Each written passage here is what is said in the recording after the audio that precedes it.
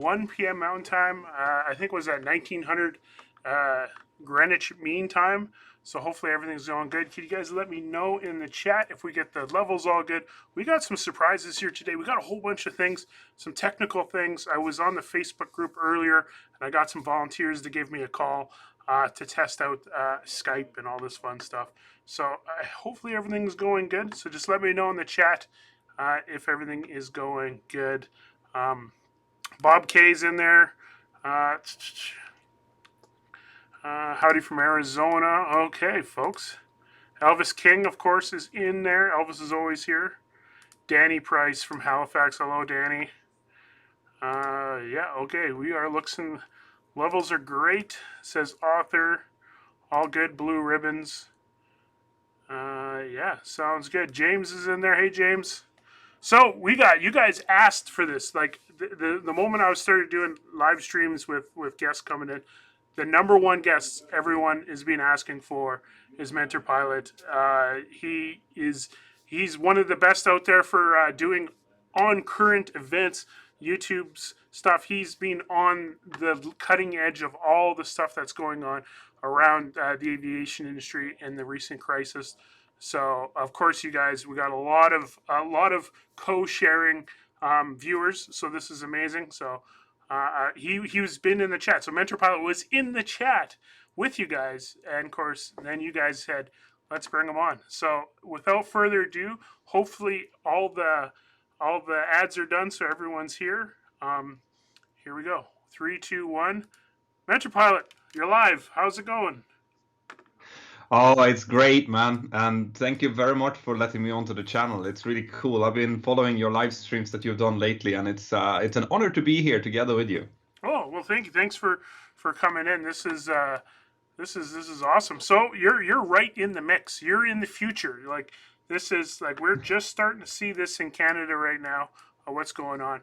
So for the people that haven't been following the channel, which I think there's probably about 5 or 6 people that haven't been, what's going on? Where are you? Who are you? And what's happening? Yeah, so where I am is easy to answer. I am in Spain at the moment, which is not the best place to be these days, unfortunately. I live in northern Spain. I live up in Catalonia, just north of Barcelona, really. And yeah, I mean, we are in the mix of a complete lockdown. This is coming into week 2 of being locked inside of my house now. And it's pretty grim, to be perfectly honest. Who I am? Well, I started my YouTubing channel about 5 years ago, but prior to that, I've been working as a professional pilot since 2002. I'm a type rating examiner, instructor, and line training captain on the Boeing 737. So that's what I do when I'm normally flying, which I'm not at the moment. Yeah, and that's a common thing going around. I had Captain Joe on earlier, and he represents a completely different part of the airline industry, which is the cargo end of it. Now, so right now, so you're a passenger mostly, I guess, unless stuff you could fit in the belly.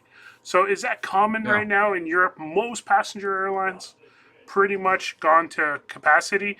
And one thing, I'm kind of jumping ahead a bit. I'm loving your Mentor app, the Mentor Pilot app. I put a link down below, guys. This isn't sponsored or anything, but I've been sitting here and I get push notifications from the Mentor app. Here, I'll show you guys here. All the fun stuff that happens right here all comes on. And because the one thing I'm very interested in is the cargo end of it. Yeah. Like you said, just 1 hour ago, you pushed out Virgin Atlantic operates its first ever cargo flight. So that is very good. So I think we should just talk about this app right off the bat here. Why the heck are you so entrepreneurial? And what is this app? No, I mean the app.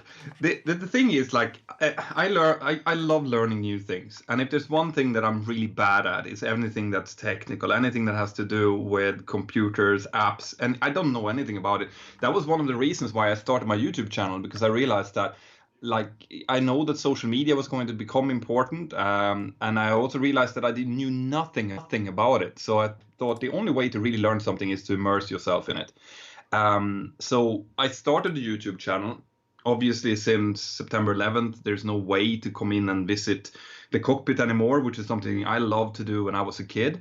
And I got more and more questions as the channel grew, as in like, can I come in and say hello? Can we come in and see how you do stuff? And I knew that that wasn't possible, especially not in Europe. And the reason that I first created the app was that I wanted to show people how it was like, what we're doing.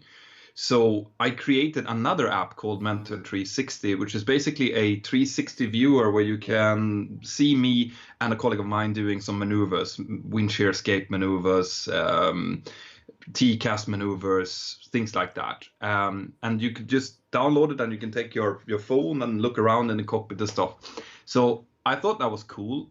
But then since I had created one app, obviously not me creating it, someone else doing the coding for me, I thought, what we really need is a community, somewhere where people who are maybe nervous flyers, maybe enthusiasts or sim flyers can come in and ask their questions in a completely safe environment. So you know yourself, if you go out onto to chats or you go to Peeproon or any of these forums, if you don't know what you're talking about, you're going to be shut down very quickly and very brutally sometimes. And I thought there should be a forum where anyone, like if you're a 13-year-old and you want to become a pilot and you have questions about what it's like to be a pilot, you need to be able to ask those questions, but not automatically know everything there is to know about being a pilot.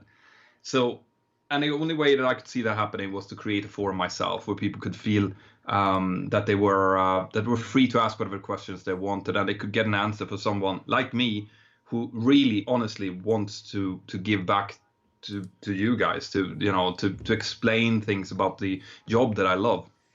No, so yeah. It's gone through loads and loads of upgrades, and now there are forums and there are videos and there are push notifications and news and all stuff, but that's where the genesis comes from. Did you notice that some users, because this is very a user based thing? Like we got the chat going on, a lot of recognizable names in the chat.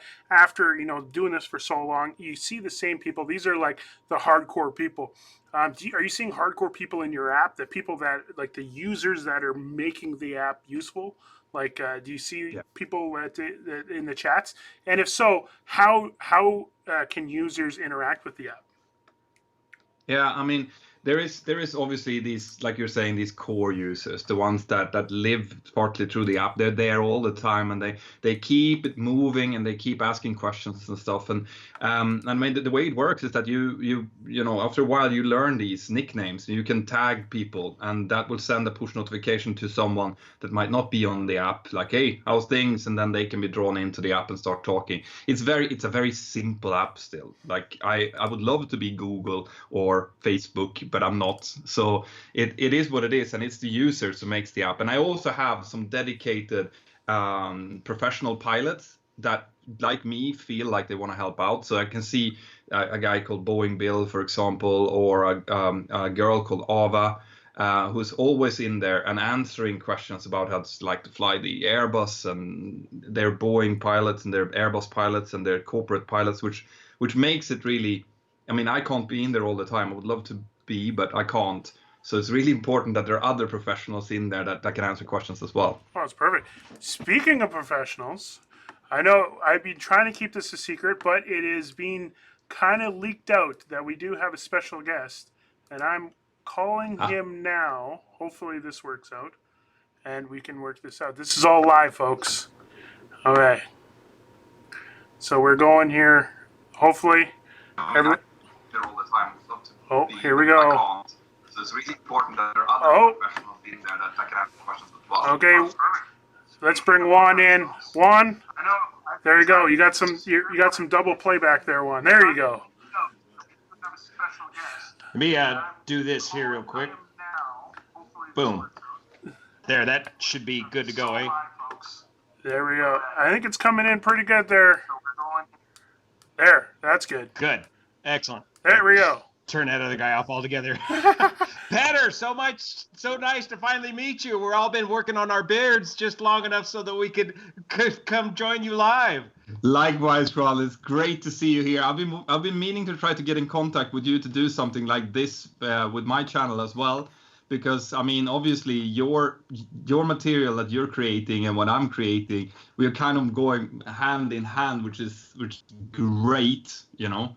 So I'm really stoked to finally be able to talk to you. Really cool. Finally, and Mikey, thanks so much to you for being the only guy in aviation that can figure out how to properly do one of these live streams. You're doing a great job with this. We got all three heads on there now. I know. Yeah. I was worried to see how this is going to work out.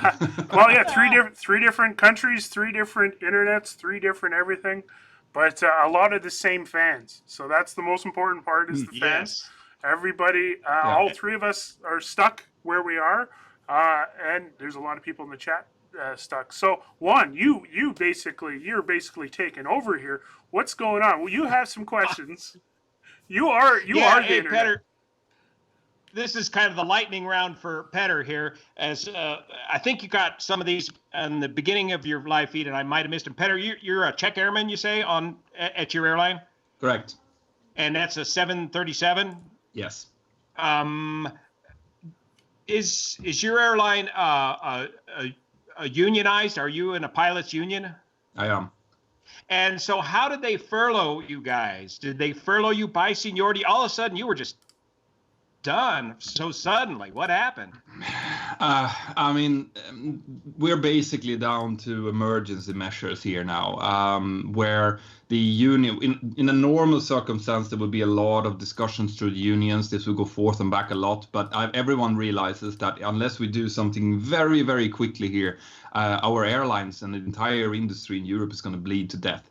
So I was already on furlough. My base was made into a seasonal base over the winter. Basically, Girona, which is a tiny airport just north of Barcelona, has always been a little bit of a seasonal thing. And during the summer, the 10 month of the summer, basically, there's a lot of traffic. But then you have 2 or 3 months where there's basically nothing. So there's been kind of on the books. It's been something that we knew would probably come at some point. So during the last year, they say that, or they said to us that, listen, we are going to have to close the base unless you guys decide that you are fine with working a kind of a part-time roster, where you'll be working a big part of the year, but then you'll take 2 months of furlough, unless you wanted to change base or move somewhere else, which we, through our union actually did take eventually.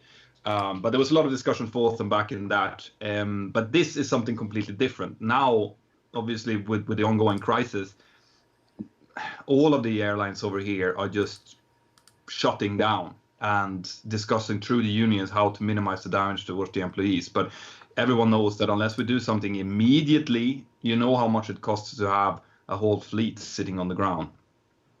So this base is, you're based in Spain, and it's a small base in Spain that you're talking about. So are you caught up in more of a base closure? If you had been based at a different base, could you have still been working today? No, right now. Well, I mean,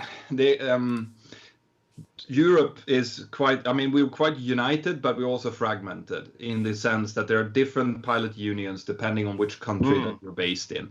You mean within the same company? Within the same company. Wow. So it becomes very complicated. But right now, like the Spanish labor union is discussing with my employer, and then the Germans are doing the same, the English are doing the same, and they're all coming to slightly different conclusions because also the different rules to what happens when you're furloughed. So in one country, the state might come in and pay 75% of your pay for a limited amount of time, while in others, it's just a very, very small fraction of that. And that's why you need to have different pilot unions in the different countries. But it becomes very complicated. To answer your question, if I wouldn't have been in the base that I am right now, then I think from the middle of this month, I would have been on a partial furlough anyway. There will been flying just to keep us kind of going, but a huge reduction in salary until the end of this like acute crisis that we're in. But the exact details of it, obviously, I can't get into because it's still being discussed throughout Europe with different unions. But otherwise, a base closure would just have you relocate to another base and continue flying, wouldn't it? Generally, yes. There are some other rules in Spain as well, which makes it harder to do those kind of things. There are rules as in how and when a company can close a base, but generally speaking, yes. When there still is job opportunities within the airline, you will have at least a chance to apply to go to a different base. And is your base in Spain the only one in Spain for your airline? No, we have many. We have loads of them. I don't know how many there are at the moment. We're talking pilot bases. Yes. There are, wow, huh. We only have a handful of them here in the States. I was subject to a base closure out at San Francisco, and we all had to relocate to Los Angeles, and so we're all forced to commute to Los Angeles, and that's a forced commute is a big impact, a change in quality of life. Yeah, absolutely. I've always been saying that from the beginning. I mean, the reason I started my channel was many, but one of them was to give an insight into what I thought was important to know prior to getting into this occupation in the first place. And things like quality of life, that's what it's really all about. At the end of the day, you know yourself how many questions you get about, well, wouldn't you want to fly the Airbus 380 instead of the 777? I mean, for you and me, who's been here for, I mean, I don't know, you've been flying longer than me. How long have you been flying? 20 years at American, 20 years. Yeah, I've been flying 18 years with my company. And Okay. you know by now that it's like, it doesn't matter what type you're flying as long as the life quality that you can have. Right. Right, and that's a big question. A lot of folks ask me or us, why are you still a first officer in a wide body aircraft? How come you're not a captain in a narrow body aircraft? It comes down to this issue: quality of life, better schedule. Exactly. Yeah. And it's what it's all about after a while. I mean, you can't get away from that. I mean, for example, I have in my airline, we have something which is fairly unique for the business, which is a fixed roster pattern. So you work 5 days and you're off 4 days continuously, which means that it's very easy to then schedule, when you're going to be off, you can schedule your life around it. And also, since the airline have a lot of different bases all over the continent, means that you can live where you want to live and you get home every night. Wow, that's amazing. That's unheard of. From my perspective. Wow, that's a big difference. Refresh my memory. Here in the States, we got the FAA.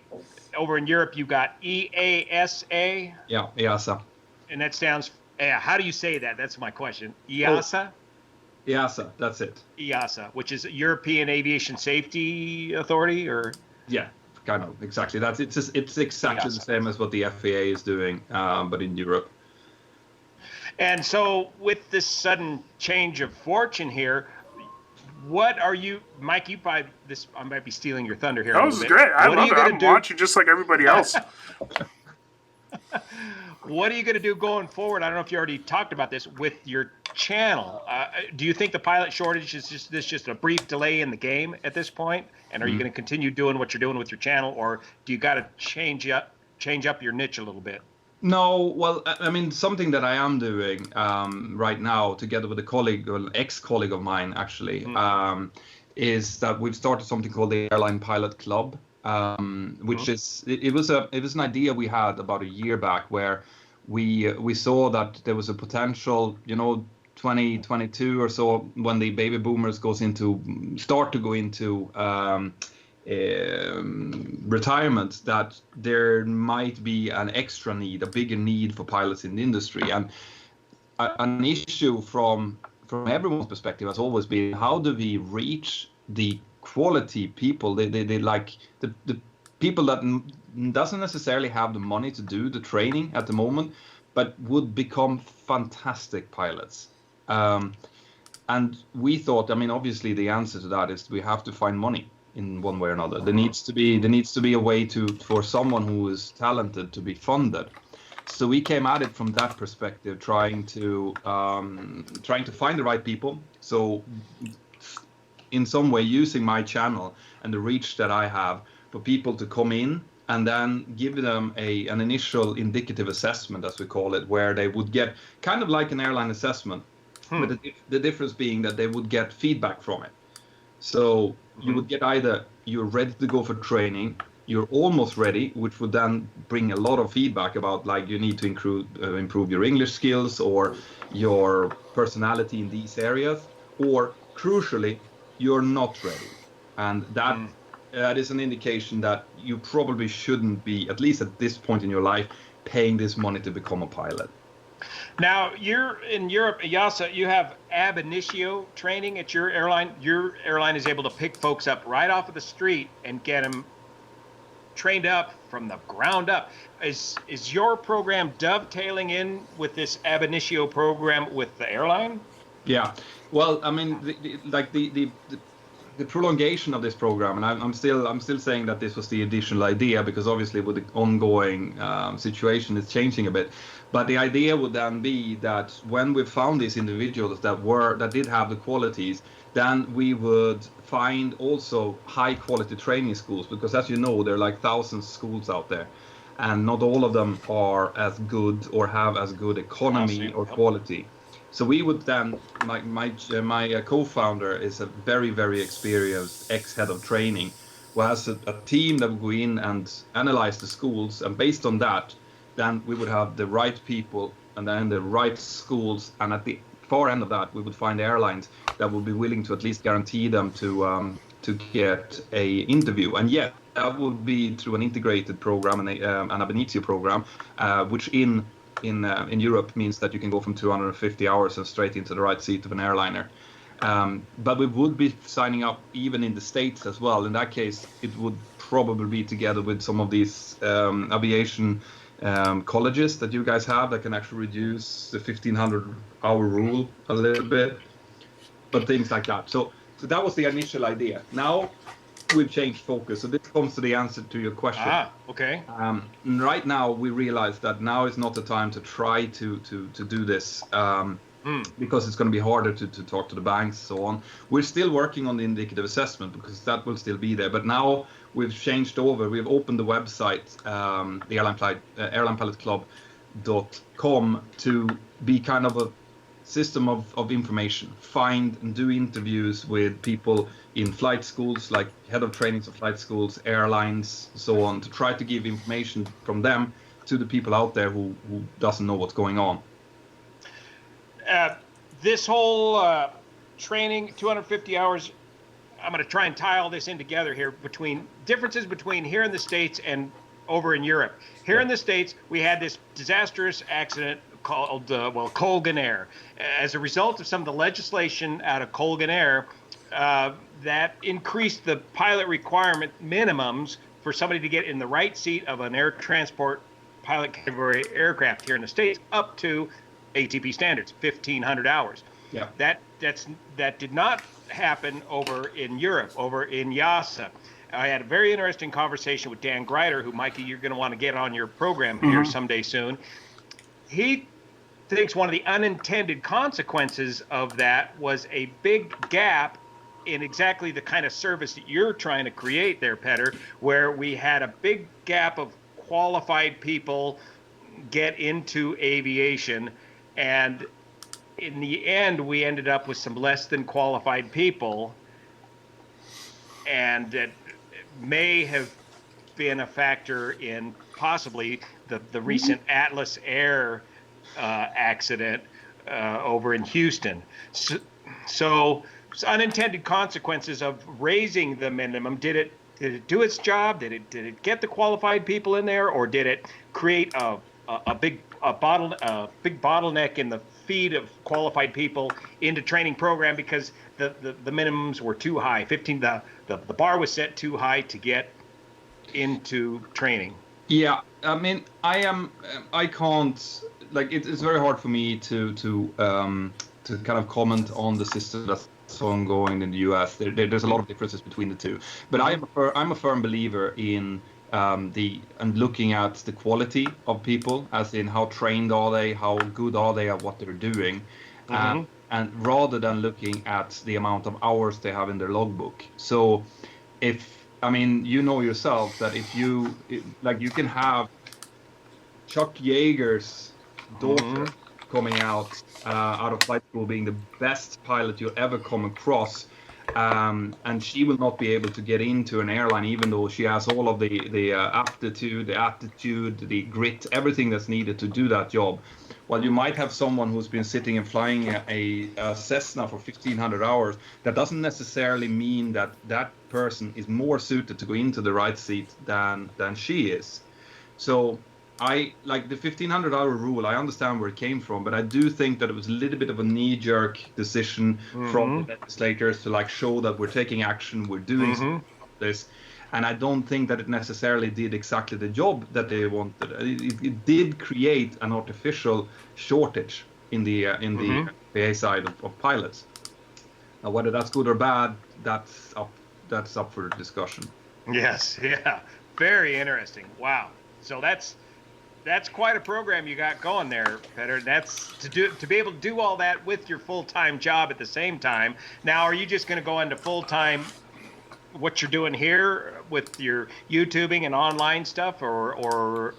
No, I mean I was listening to Captain Joe got exactly that question as well from Mikey before, and the answer to that is no. I mean, I'm a pilot. I love flying. I will not leave that, but right now it's very hard to say what we're going to do. We're furloughed now. We don't know how long this is going to take, and the only thing that we can be fairly sure about is that when we come out on the other side of this, the industry is going to look very, very different. There's going to be different players. The weak player. I did a video about this last week. The weak players are likely to fall now. To go bankrupt, because unless they are being rescued by the governments, there's no way that they could survive sitting on the ground for 2-3 months. While the strong players who have the possibility to do that, they will be able to grab a lot of market share once this is all over. So consolidation. There's going to be a lot of changes to how it looks, especially here in Europe, I'd say. But I think that you guys in America, you, like Mikey was saying in the beginning, you're just at the beginning of this that we've seen for 2 weeks already. And it's not pretty where we're sitting. It's not. As a check airman, as an instructor pilot at your airline, will you be one of the first ones to get recalled back to flying status, or will it be based once again about your base location?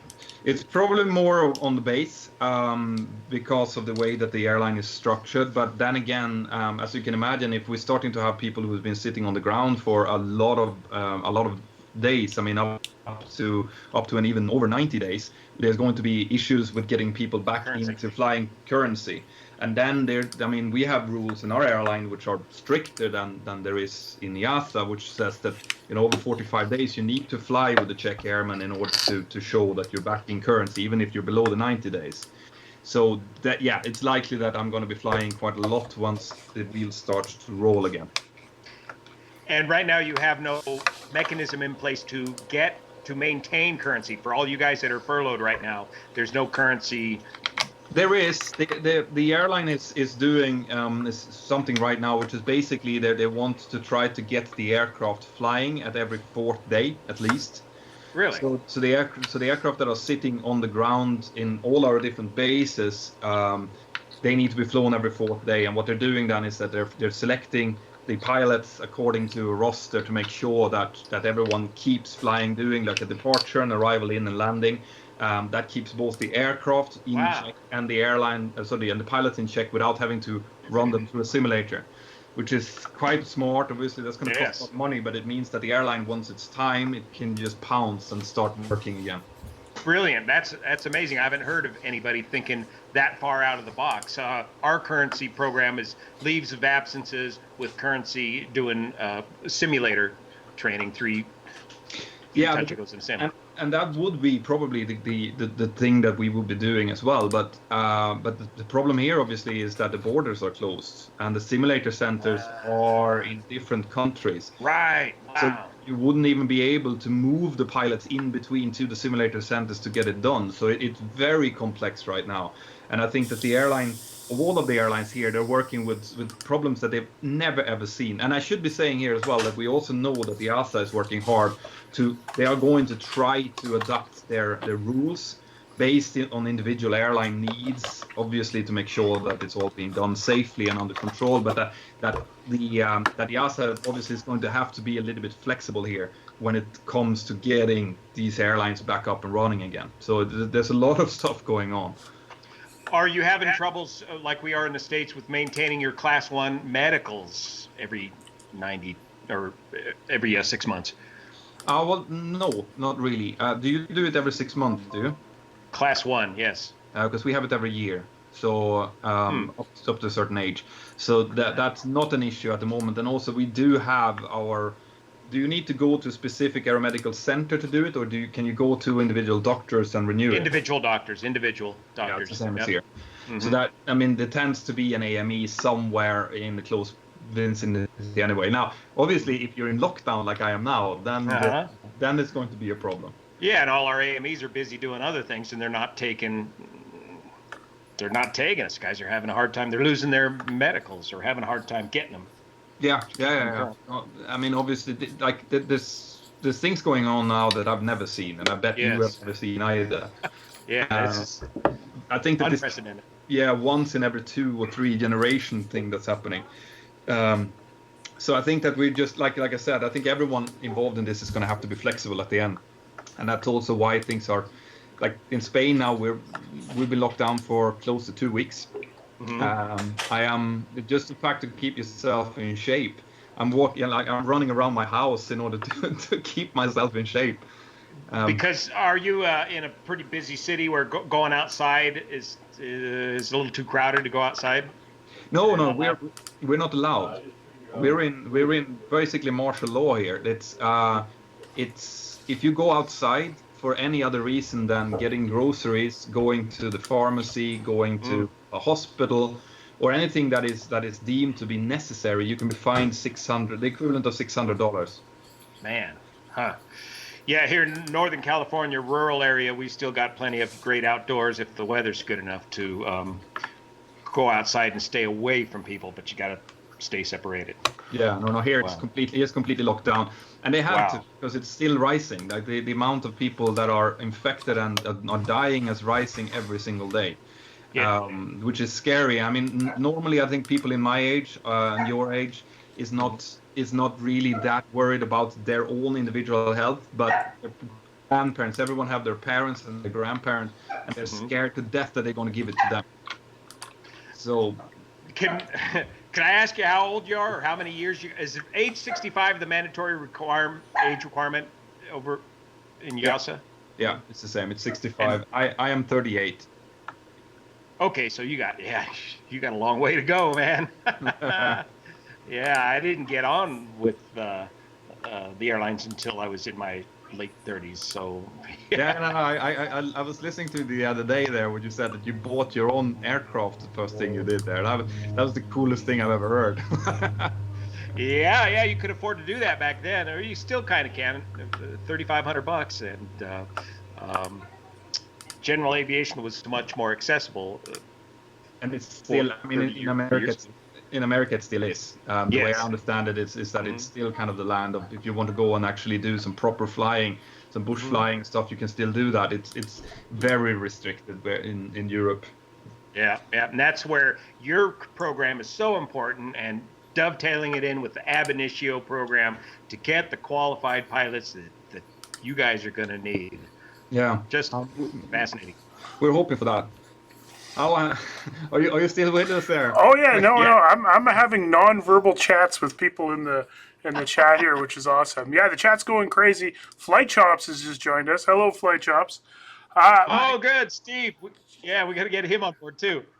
I don't know, like this. Believe it or not, this whole thing is running off my cell phone right now. Oh man, I'd be interested. Should we, Flight Chops? Should we try calling you? See if we can get 4 people on here. Yeah, and I can go off. I've got all, man. Petter, thanks so much. You answered all my questions and just Juan, you gotta stay. You gotta stay here. Well, okay. Yeah, let's see. Okay, if your system can handle it, I don't want to. Steve, are you okay? I know. Oh yeah, people are asking who's talking. It's actually me, Kermit the Frog, talking now. One question I saw that I never really knew too much was, The term furlong, is that what is that different from layoff? Is that a fancy term? Yeah, it's a temporary layoff. I mean, we go by the term unpaid leave here, basically. So it's a kind of temporary unemployment. So you would go on, you would be, for example, be able to get unemployment benefits. But it's not like you're being kicked off the airline. You retrain your seniority number, for example, and things like that. So it is it's a temporary thing that companies can avail of under very specific circumstances. And it's a fact of life in the airline industry, and you got to know and understand it. And it's all seniority based, and you maintain your seniority. You'll eventually come back, but it's a fact of life. That's the thing. I mean, we have been reasonably spoiled. In my airline, I've been working 18 years straight without that happening, and it's been when I joined my airline, we had about I think we had in total about 40 aircraft, and it's 450 aircraft now, and it is like the amount of growth that we've seen during these years has been absolutely phenomenal. So this is new to me, but it's not the first time I've heard exactly that. Hey, Steve! Look who it is! Holy smokes! This is I'm in some serious need of personal grooming, man. You have your hockey beard on. That's just like you need a spare hat. Yeah, it's a little nuts. Cool. Getting into the studio. Thank you, Flight Shops. Man, I gotta run it. I gotta get you a name tag here. So how's it going, Flight Shops? Are you in Toronto area right now? I'm in Toronto. Yeah. What's it like down there? It's weird. We're in a similar spot as California in terms of social distancing. Self-enforced. I'm still walking the dog and trying to cross the road if I see somebody, and I'm pretty confident that I have not gone within 20 feet of another human being besides my family in the past couple weeks. But we're getting out. I can't imagine what that's like to not even get out. So you're not even allowed to take your dog in the backyard? In my backyard, as long as I'm in my own yard, I am allowed to take the dog out. And also, it should be said, we are allowed to take the dog out for a short walk within 100 meters of our house, providing that we don't get within 2 meters of someone else. But that's obviously been starting to be abused. People are renting out their dogs now to people in order to go for walks. Which is like, so people don't get it, right? Because I'll be walking the dog, and my dog is cute and very friendly, and people want to pet him, and I'm like, this is not how this works. Like, you can't touch the dog. You can say hi to him from 10 feet away. But yeah, I mean, the dog fur can easily spread the virus just like anything else, touching things. So it's weird and it's difficult because he wants to say hi to people, but I try to stop anyone from even coming near the dogs. But yeah, so if people are lending their dogs to each other, they might as well just be giving high fives. Yeah, but the thing is that you will always have that. You will have some people understanding what this is all about and how important it is to keep the social distancing going. But then you'll have the other ones that just do not get it. And obviously that's why they have imposed fines, for example. So that, people understand that this is actually real. This is something that you have to. I'm seeing, because I'm Swedish and I live in Spain, and you can see these differences where we have a complete lockdown in Italy, a lockdown in Spain. There's starting to be lockdowns in Germany. In France has started to do it as well, UK. And in Sweden, it's still kind of like, it's like a flu. It's not that bad, is it? And so I see on Facebook, I can see how my Swedish friends are like going about everyday life, and they're going out on ski trips, and they're doing like, maybe we shouldn't, but that's about it. And I know that they're just a week away from where we are, and they see all of this, but nothing is happening. It's not coming through. So it's very frustrating. But then again, the other discussion, or the other thing that people are saying is like, how much are we going to let this completely destroy the world before something else kicks in, That's the debate that's happening in the States right now, I guess, right? There's already talk of like, it's been a week or so. Why don't we just reopen everything? I mean, I don't know. The doctors and the scientists are not suggesting that that's going to go well if they do that, but I have no idea. It's true.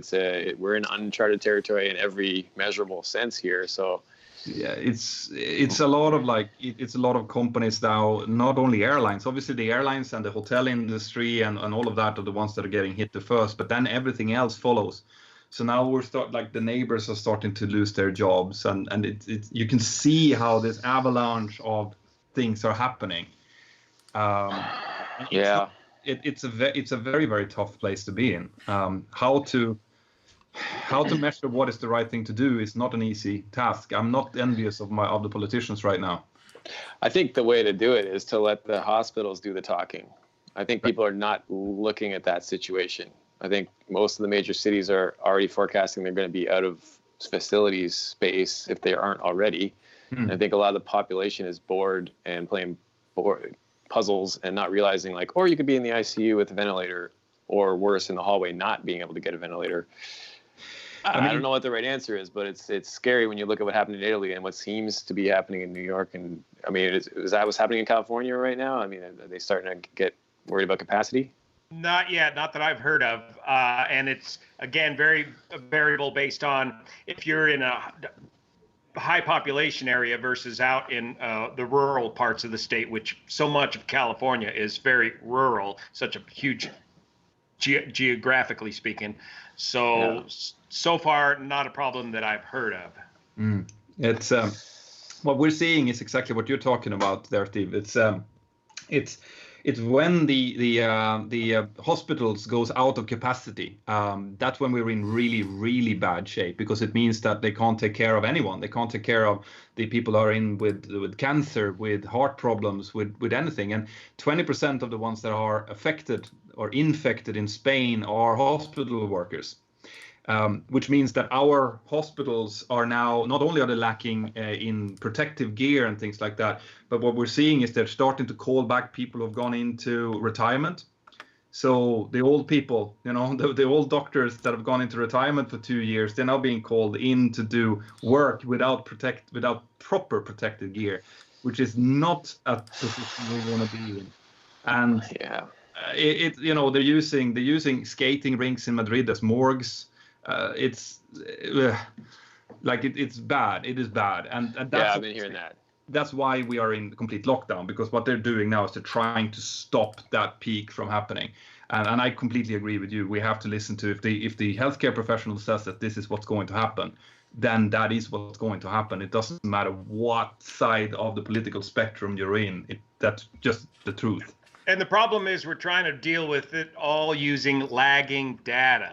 And so we're always behind the power curve, so to speak, with this, and trying to flatten that curve. So yeah. The one question, guys, super chat that came in here was how is this going to affect general aviation? What's your guys' thoughts on that? See. Well, what I'm hearing is the talk of possibly shutting down ATC if airlines domestically shut down, and then I guess that's going to mean it's either Mad Max VFR or they shut it down. I mean, but I'm thinking if it goes to that place, GA will become more necessary for getting things moved and getting people moved that have to move, and air ambulance and things like that are going to have to go, and they can go VFR if they have to, and there's a certain amount of procedures that you can do IFR without ATC to some degree.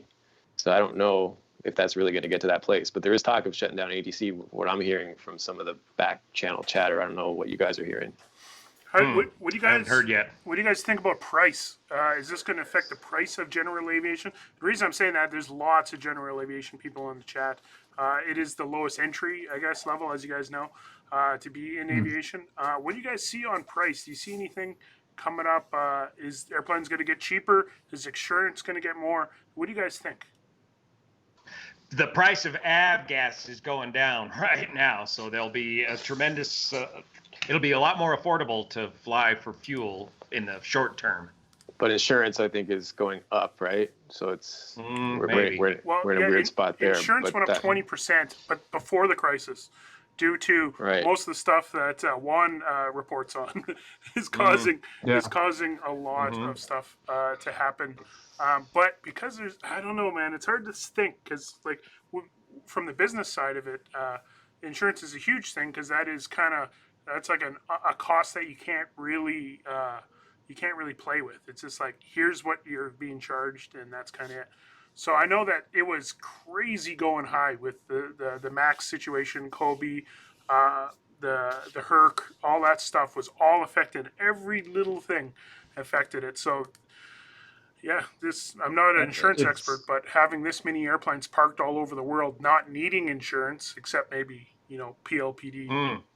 So I don't know. Are the insurance companies going to come back with a vengeance, wanting more money? There you go.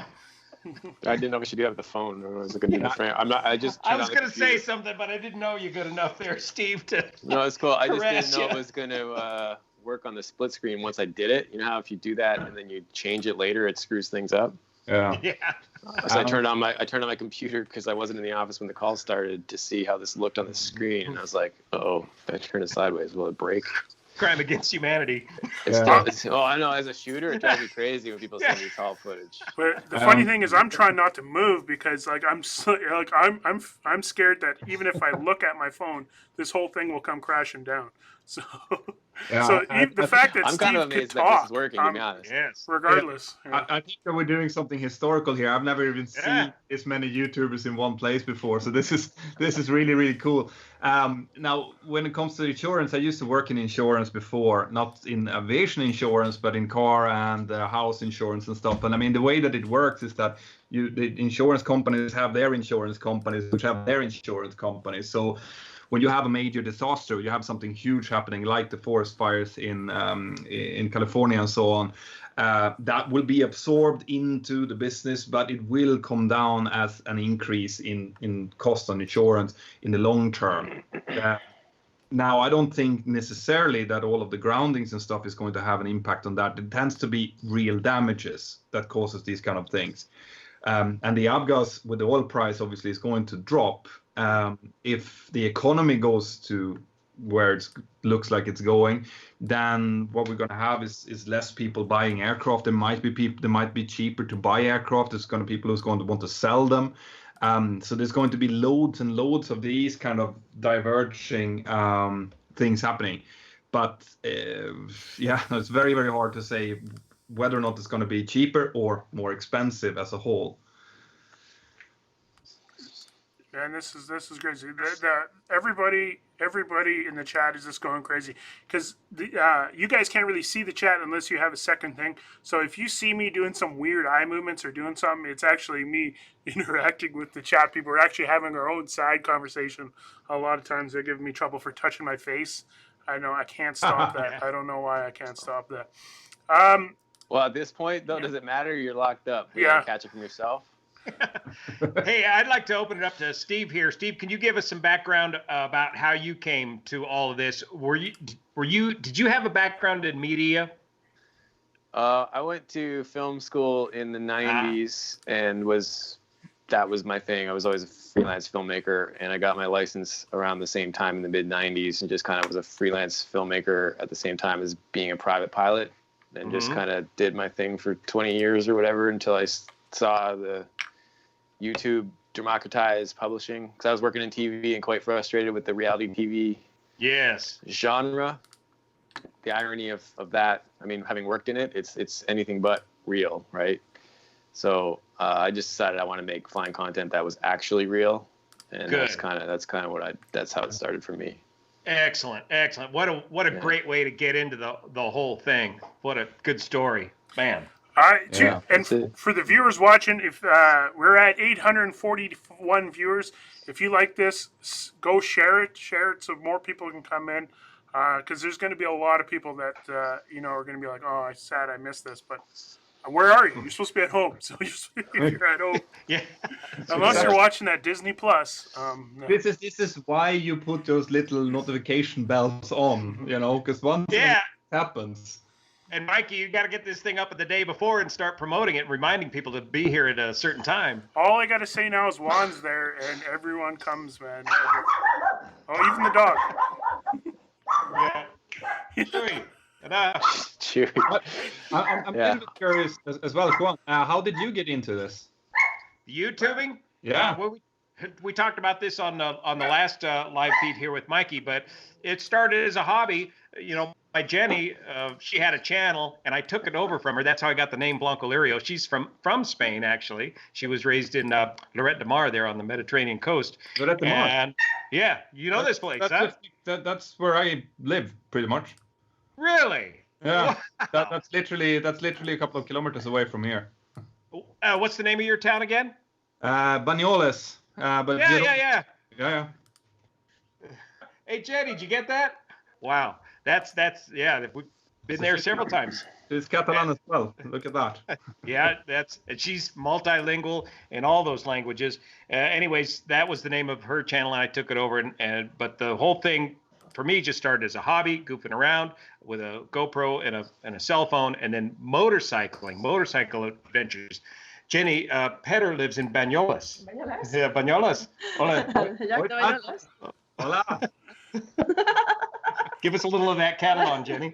¿Cómo estás? No tengo res, bro. No res. Hola. Bueno, my Catalan is very limited. My wife, though, she's from here. She's from Banyoles, so you'll be able to speak some good Catalan with her.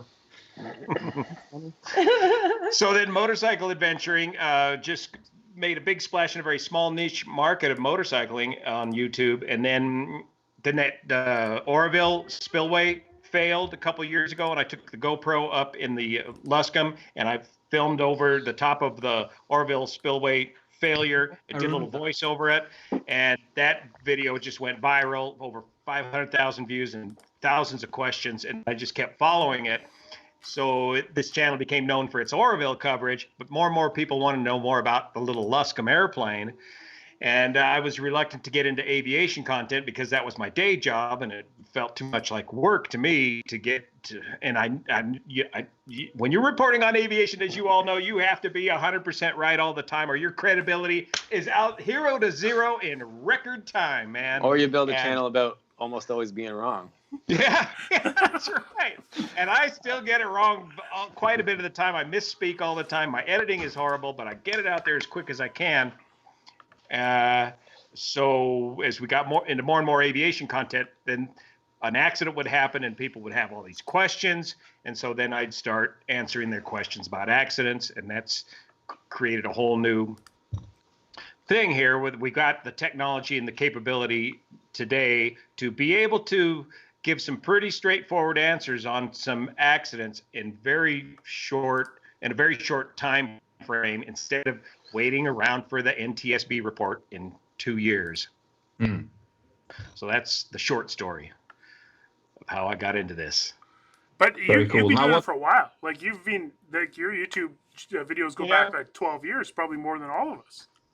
That's right. Yeah, I was looking at this. I think you guys all have like 250 videos total and thousands and thousands of subscribers, and I've got 10 years and 1,000 videos and 160,000 subscribers. Wow, It's very slow, organic growth.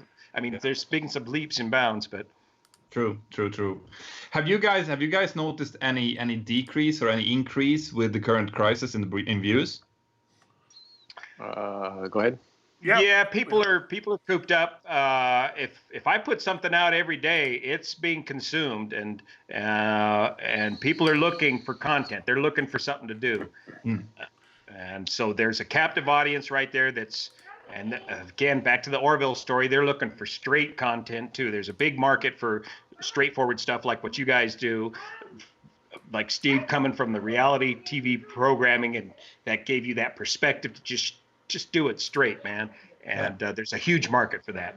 Yeah. The challenge that I have is that my stuff, I end up leaning on production value. So, I mean, ironically, the thing I just published was, I was going to try to get the stuff in Alaska going, but it's been so hard to focus and edit this large multi-part series with lots of footage. Like, I have about 2 terabytes of footage we shot going back almost 18 months ago when I shot that stuff. I mean, this is like perfect time to do the pipeline, but I couldn't focus last week on editing, and I just decided I'm just going to share a little teaser of That was good. And then I just put a compilation of like highlights from 6 years of 200 episodes, just because I was like, I got to publish something, and I got to get people to stopped. Like we know what to do at this point. We really don't need to talk about this anymore. But in general, what I've noticed is the overall view count is up about 30%. Like just generally, like I'm getting comments on old videos and stuff. Like people are watching the back catalog, which is cool. Good. I guess we'll see. The new video is doing middle of the road. It's not awesome. It's not terrible, but it's really hard to know I didn't know what to even call it. So I just kind of aimed it at like, I didn't want to put the word virus or anything in the title. It's like just demonetized instantly. Yeah, I haven't seen that happen to mine. I only did the one where I talked about virus previously. It happened here, yeah. Well. I think YouTube briefly was doing that, and then they changed their policy on it. Okay. It seems like that's the case. And another thing is, have you guys noticed ad revenue, the cost per mille is just kind of headed down with the market too? Yeah, I've noticed that. It's gone down quite a bit, and that makes sense. I mean, in an environment where people are afraid, with the economy is going really bad, of course they're going to spend less on ad spend. So I see that as logical. So each of us have to diversify from that and figure out other ways of creating that income. I've gone over to Patreon and heavily rely on their support, and it's working out great. What are some of the other ways? Mikey, you talked about YouTube subscriptions.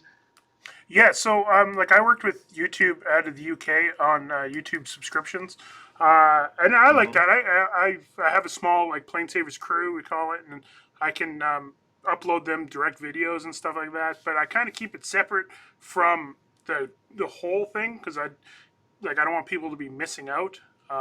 So actually, I did something the other day. I was filming a DC-3 takeoff like live, which I'm just experimenting. Yeah, with. I saw that. But very poignant that you said that the jets are grounded, but this old C-46 is still flying. That was perfect. But I did one earlier with the DC-3, and there was a lot of wind noise and it was shaky. So instead of deleting it, I just put it to members only, which I didn't realize because normally if I have something like just kind of like GoPro testing or sometimes when I do testing, I reach out to the members, they help me out.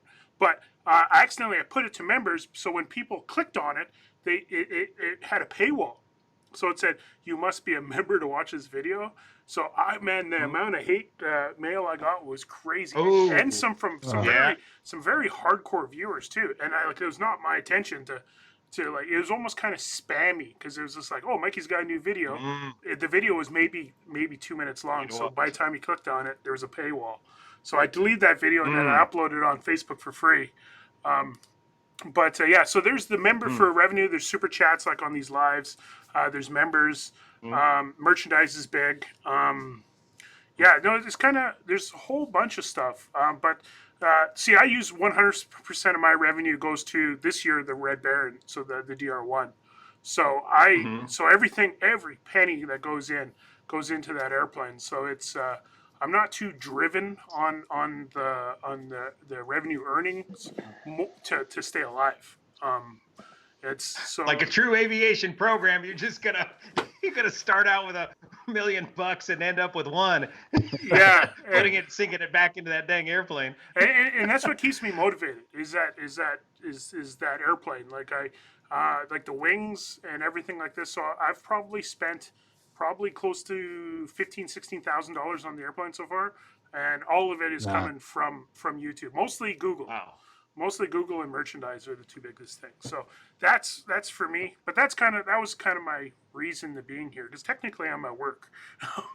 So yeah. So watch out, Dad doesn't find you goofing off over here. Yeah, it's funny because my father gives me trouble all the time, but when he goes home, I know he watches all this. So he's a different person after 5 o'clock. So hi, Dad, after 5.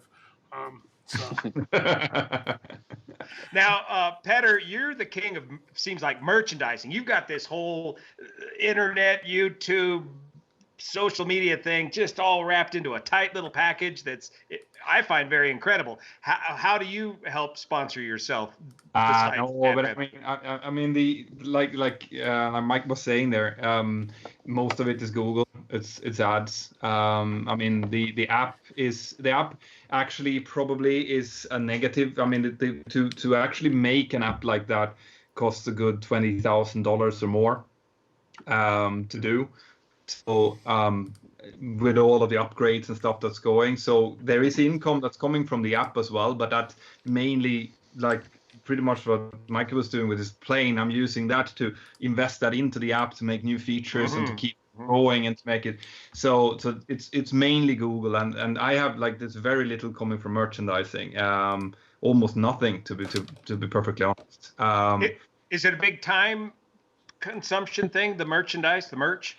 No, I mean the merchandise that I just have Teespring. Like I don't know, Mikey. Do you have your own like store that people go and buy separately from Teespring, or how does it work? Yeah, it's a fairly long story, but I'll do it really quickly. What happened in the early 2000s is Jesse James was in Red Deer, Alberta, and he was using merch engines on his motorcycles, and this is before he's famous.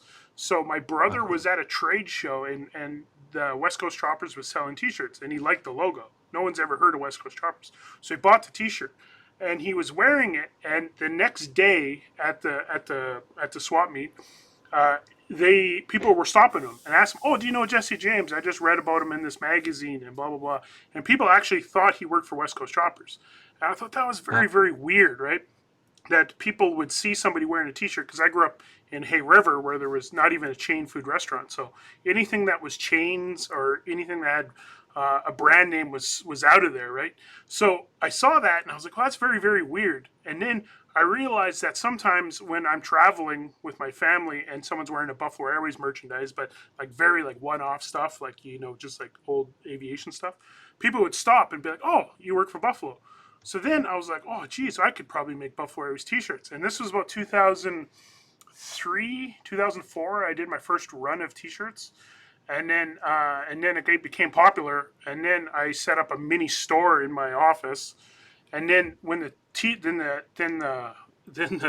show started, I had it already set up. So I did I knew how the backing.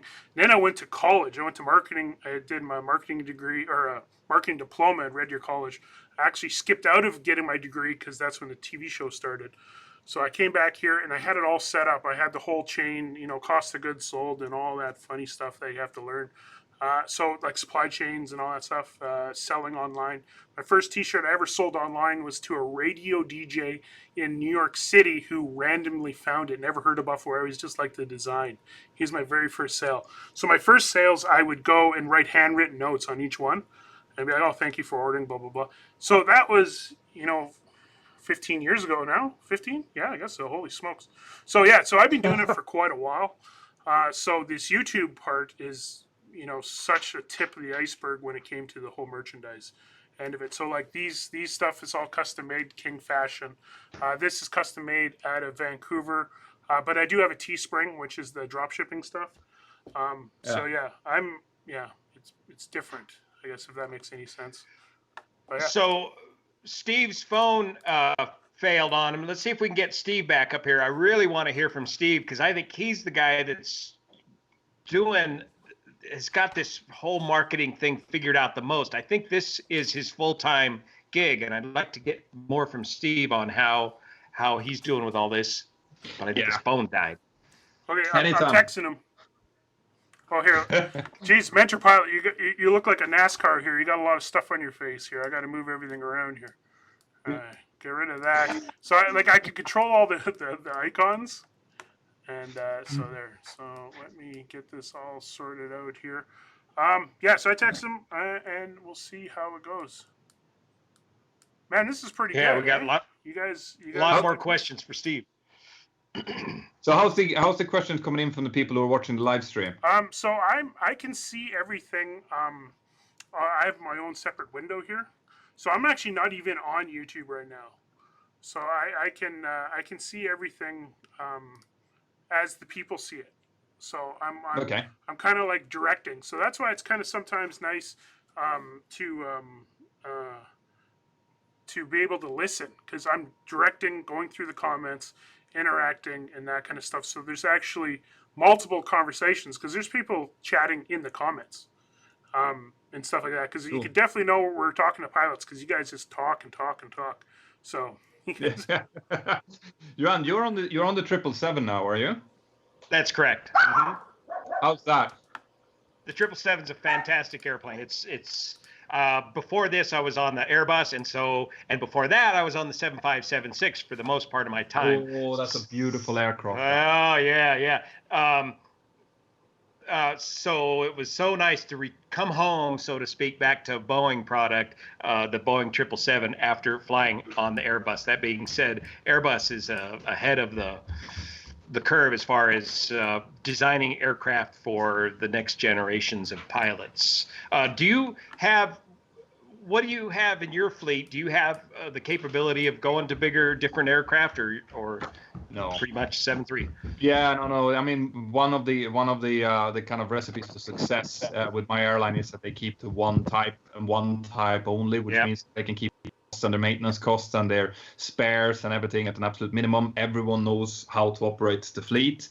So no, we're 737 through and through. Obviously, we have Maxes on the order, so they should be coming through whenever they're off the ground.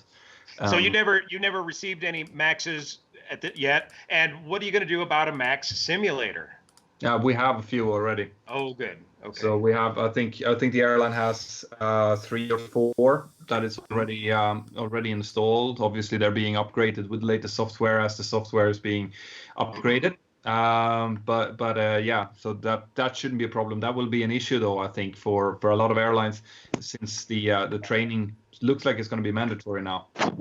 Yes, simulator training will be mandatory. Not to the level that a type certificate rating would require, but just to some level of differences training. And have you received any kind of a training package yet on a computer-based training or anything like that for the Max? Yeah, we got the initial one, the one that was when the Maxes was starting to fly. We got that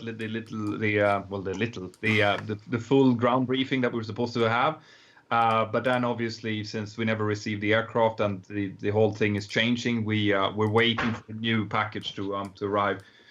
Can I ask you this? Will you be one of the pilots that will be scrutinizing that training package for your company and approving it? No, I don't think so. I think that will be a select few who's going to do that, and I don't have any insight. I don't know if you noticed that. I mean, I always people over to your channel now when it comes to discussing the Max, because I've taken the kind of right. I looked at myself and I said, probably since I'm going to be flying this thing, I probably shouldn't be talking too much about it on YouTube when it's not on the when it's not flying. So I'm staying well away from any of the Max controversy at the moment, and I will be continuing to do so as well. That's an important thing folks got to understand. The more I can distance myself from the industry, the more candid I can be in my discussions about the industry. It's when you're right in the leading edge, that's your job you're talking about. That's your job you're risking that you're talking about. That's why it's been up until now so hard to get people that are so far advanced in the industry to really talk frankly about issues inside the industry, because Juan, trust me, could potentially be risking your job. Yeah, no, trust me, like I'm the most kind of 6% conservative here. guy, and Juan, you're kind of like released to the wild, like you could do whatever you want. You're free. You're like the genie there on Aladdin when they let you go, and then you're just like, I'm free. I can do whatever. Hey, I wanted to get Steve. Steve, you got a good connection there? You got a phone that's going to work for a bit? Well, so the problem is, thanks to Apple, I can plug in a headset or I can plug in a charger, but I can't plug in both. See? Oh, come on. And I don't have Skype installed on my desktop. I thought this was FaceTime until I figured out. Well, what we wanted to hear from you, Steve, is how you're doing with all this social media stuff. This is your full-time job, isn't it?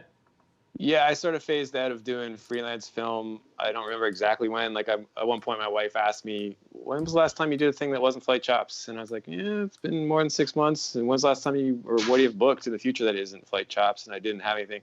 I think that was around 2016.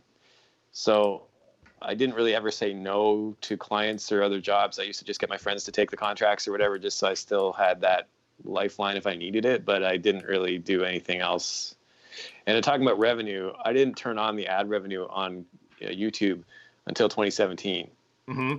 And I only did that because I kind of heard that the algorithm was punishing for not monetizing. But the truth is, I didn't feel like it was worth it for the percentage. I didn't really want people to sit through ads for a niche channel, which I knew I'm not doing kittens falling down the stairs and not getting millions of views. So that's still money really on YouTube. It's gotten better. The ad revenue I think is a little better than it was, or maybe the numbers are different. I don't know, but at this point it still does only represent 10% of my revenue, the ad revenue. Right. So how do you what does the other 90% come from, if you can discuss it? I still call Patreon my number one. Good. Patreon. Yeah, they're my my majority shareholder, I guess is what I call them. It's a single largest. I launched that campaign in 2014, so the crowdfunding is huge, and that still is more than any single other revenue source, more than ads, more than any sponsor. I have some very good supportive sponsors as well that obviously fill in the rest of that gap. But it's nice to not have any one pillar that you really lean on. So if ad revenue tanks in a given month or whatever, I don't even really notice it from the YouTube side. Patreon is definitely what keeps me honest. I'm a per thing creator, not a per month creator, which they've kind of started to try to push people towards membership based monthly.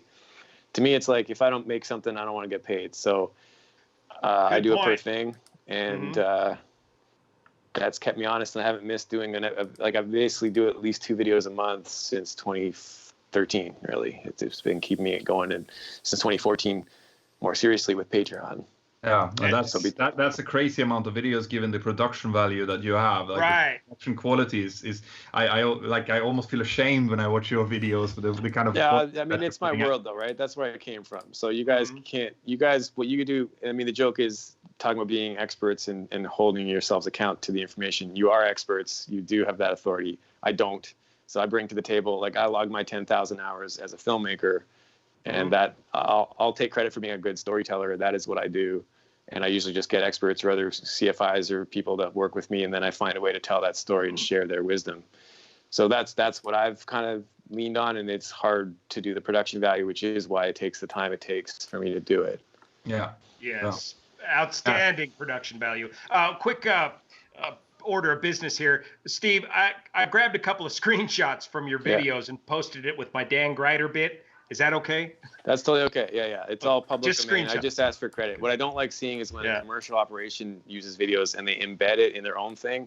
I get people all the time saying, "Hey, did you know that your videos are being used in such and such course that's on like their own network?" Like, yeah, that's awesome. And they don't even say thanks. I've also had some government agencies do that too, where they use them in seminars and they run them locally off of a drive. And it's like, I like that they're doing that, but come on, man, can we not just do it off of the server?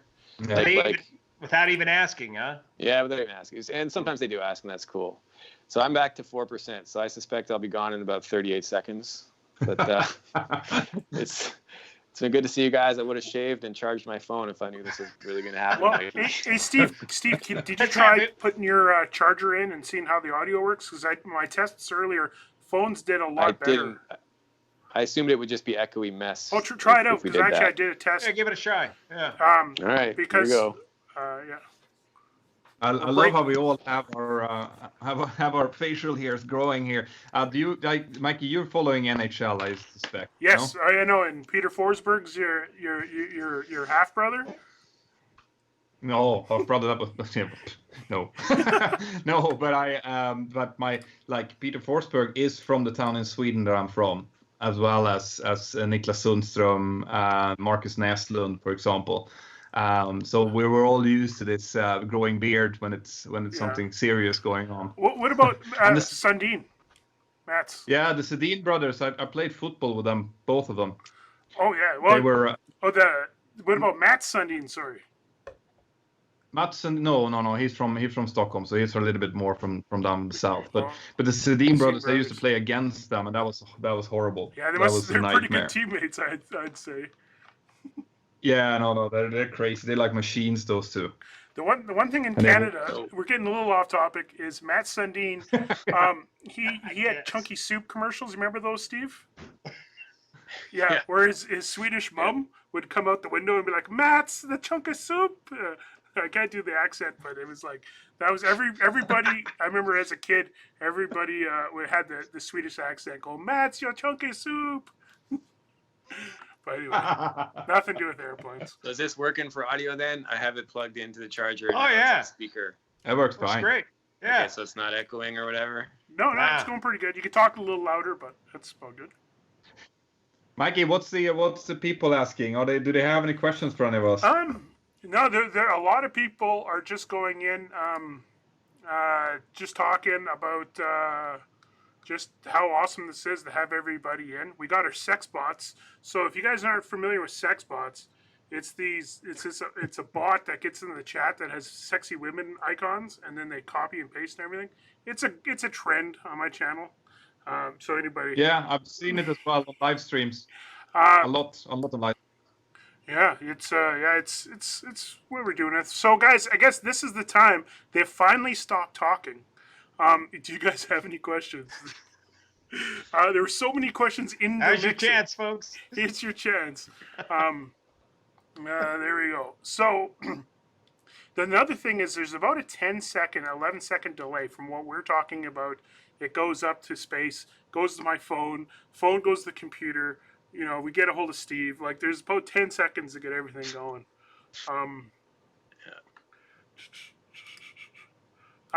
PlaneSavers, the mod team from Australia, is saying, what is the difference from passenger to cargo as a pilot? I mean, like Juan, are you flying cargo? Anything with the triple? Me, no, just passenger traffic, just passenger. I mean, the airline now is flying more cargo flights, but I'm not involved with that. And I never did get into cargo flying other than Mikey. I forgot to mention this on the last one. Plenty of cargo flying the C-141s and the C-130s, and Nice. flew that. We flew trash all around the world with that, but that was no commercial freight hauling for me. Well, I can tell you the difference is about 1 million subscribers if we're looking at Captain Joe. So that's about the difference right now. Yeah. Yeah.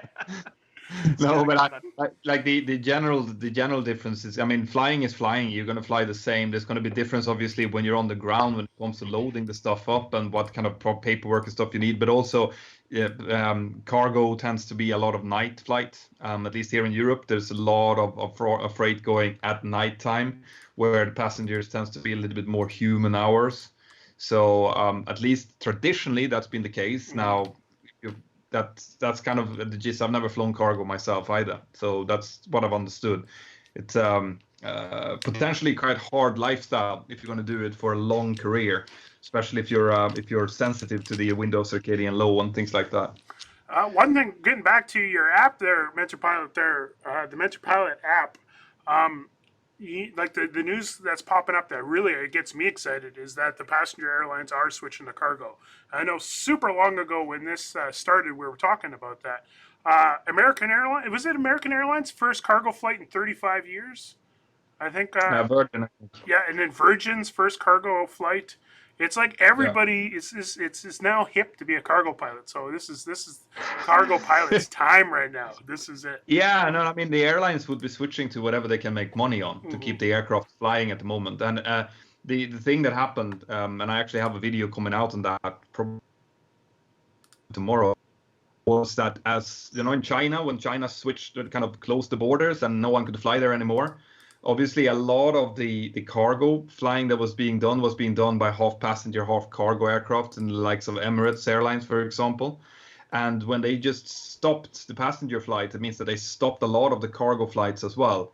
And by doing so, they increased the demand for air cargo, which meant that the price of flying air cargo went from like €1 per kilo to €6 per kilo.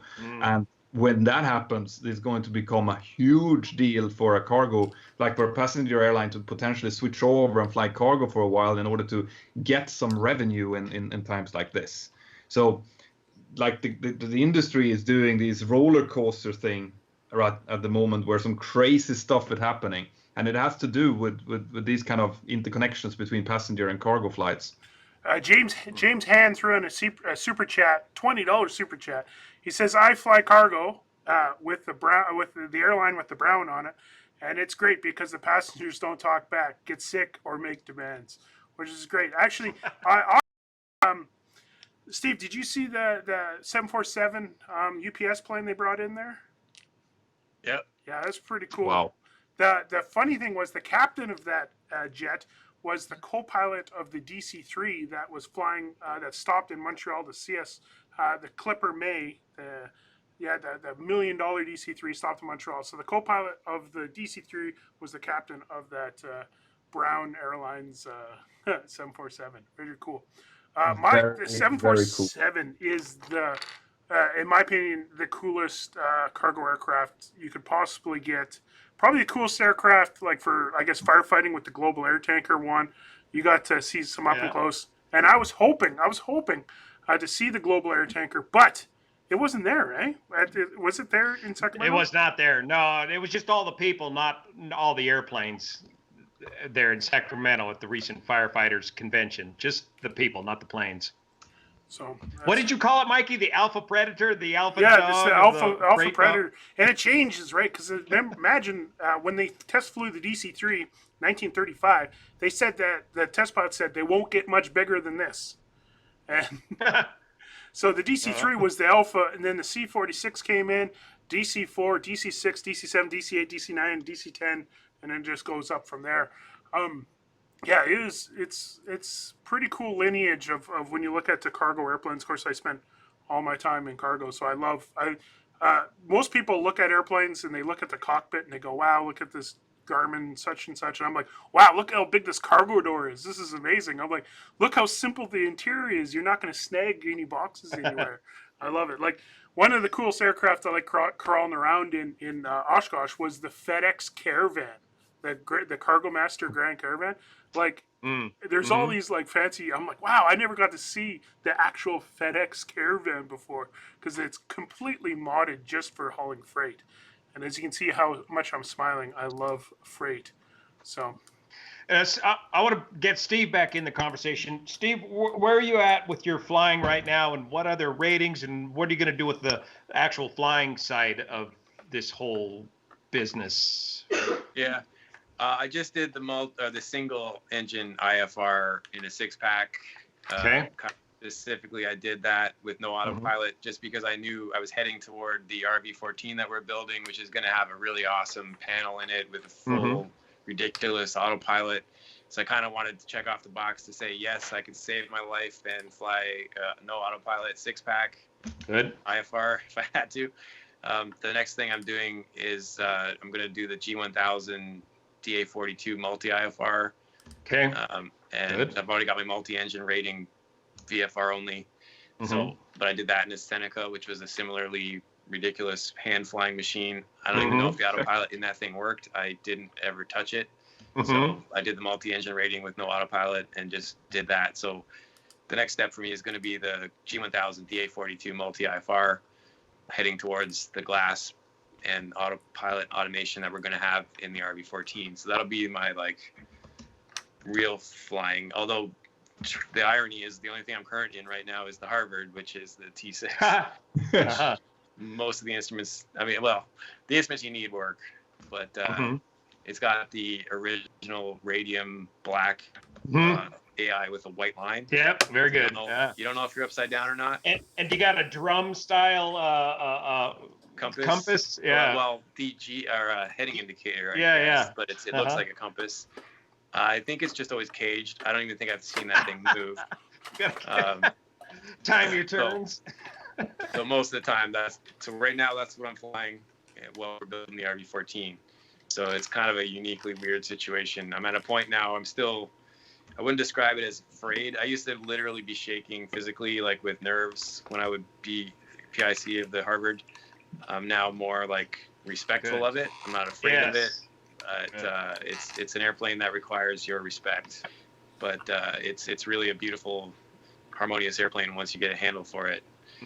So that's mostly what I'm flying, and the training for the DA42 was supposed to start pretty much in March. So obviously that's not going to happen. All the schools around here are shutting down. So what's the ultimate goal of this? Is continue to be a private pilot, or are you going to pursue a paying job in aviation outside of flight shops? No. Smart move. I like, and not because I think you guys are awesome. It's because I like that I don't owe it to anybody to be better than I am. And it's a very specific plan of mine to not be beholden. I don't like to need to be right. try to tell the best story that I can and share an experience and like put the context in. And that was part of what inspired me to start this channel. Was I saw a lot of stuff on YouTube in those early days in the late 2007, 8, 9, when it kind of was becoming a thing and GoPros were a thing. And I saw a lot of stuff from flying, which was really cool because coming out of TV where there was not much flying content, and I was a huge consumer of ice pilots and loved that stuff. Seeing flying that was really kind of gritty and real. But YouTube was this wild west of like no context. There was like guys that were publishing stuff that, like an early video that I saw was a guy demonstrating a stall recovery in a 172 using a ton of aileron. And I'm like, I'm not an instructor, but I know that's wrong. Who is this guy? So I just decided I'm going to publish stuff with context that just says, hey, man, here's me working on whatever. Early videos were just a 172, just night currency or something, and then sharing the learning process and then not needing to be right. And I think that is a huge burden, and I think you guys do a good job with managing that.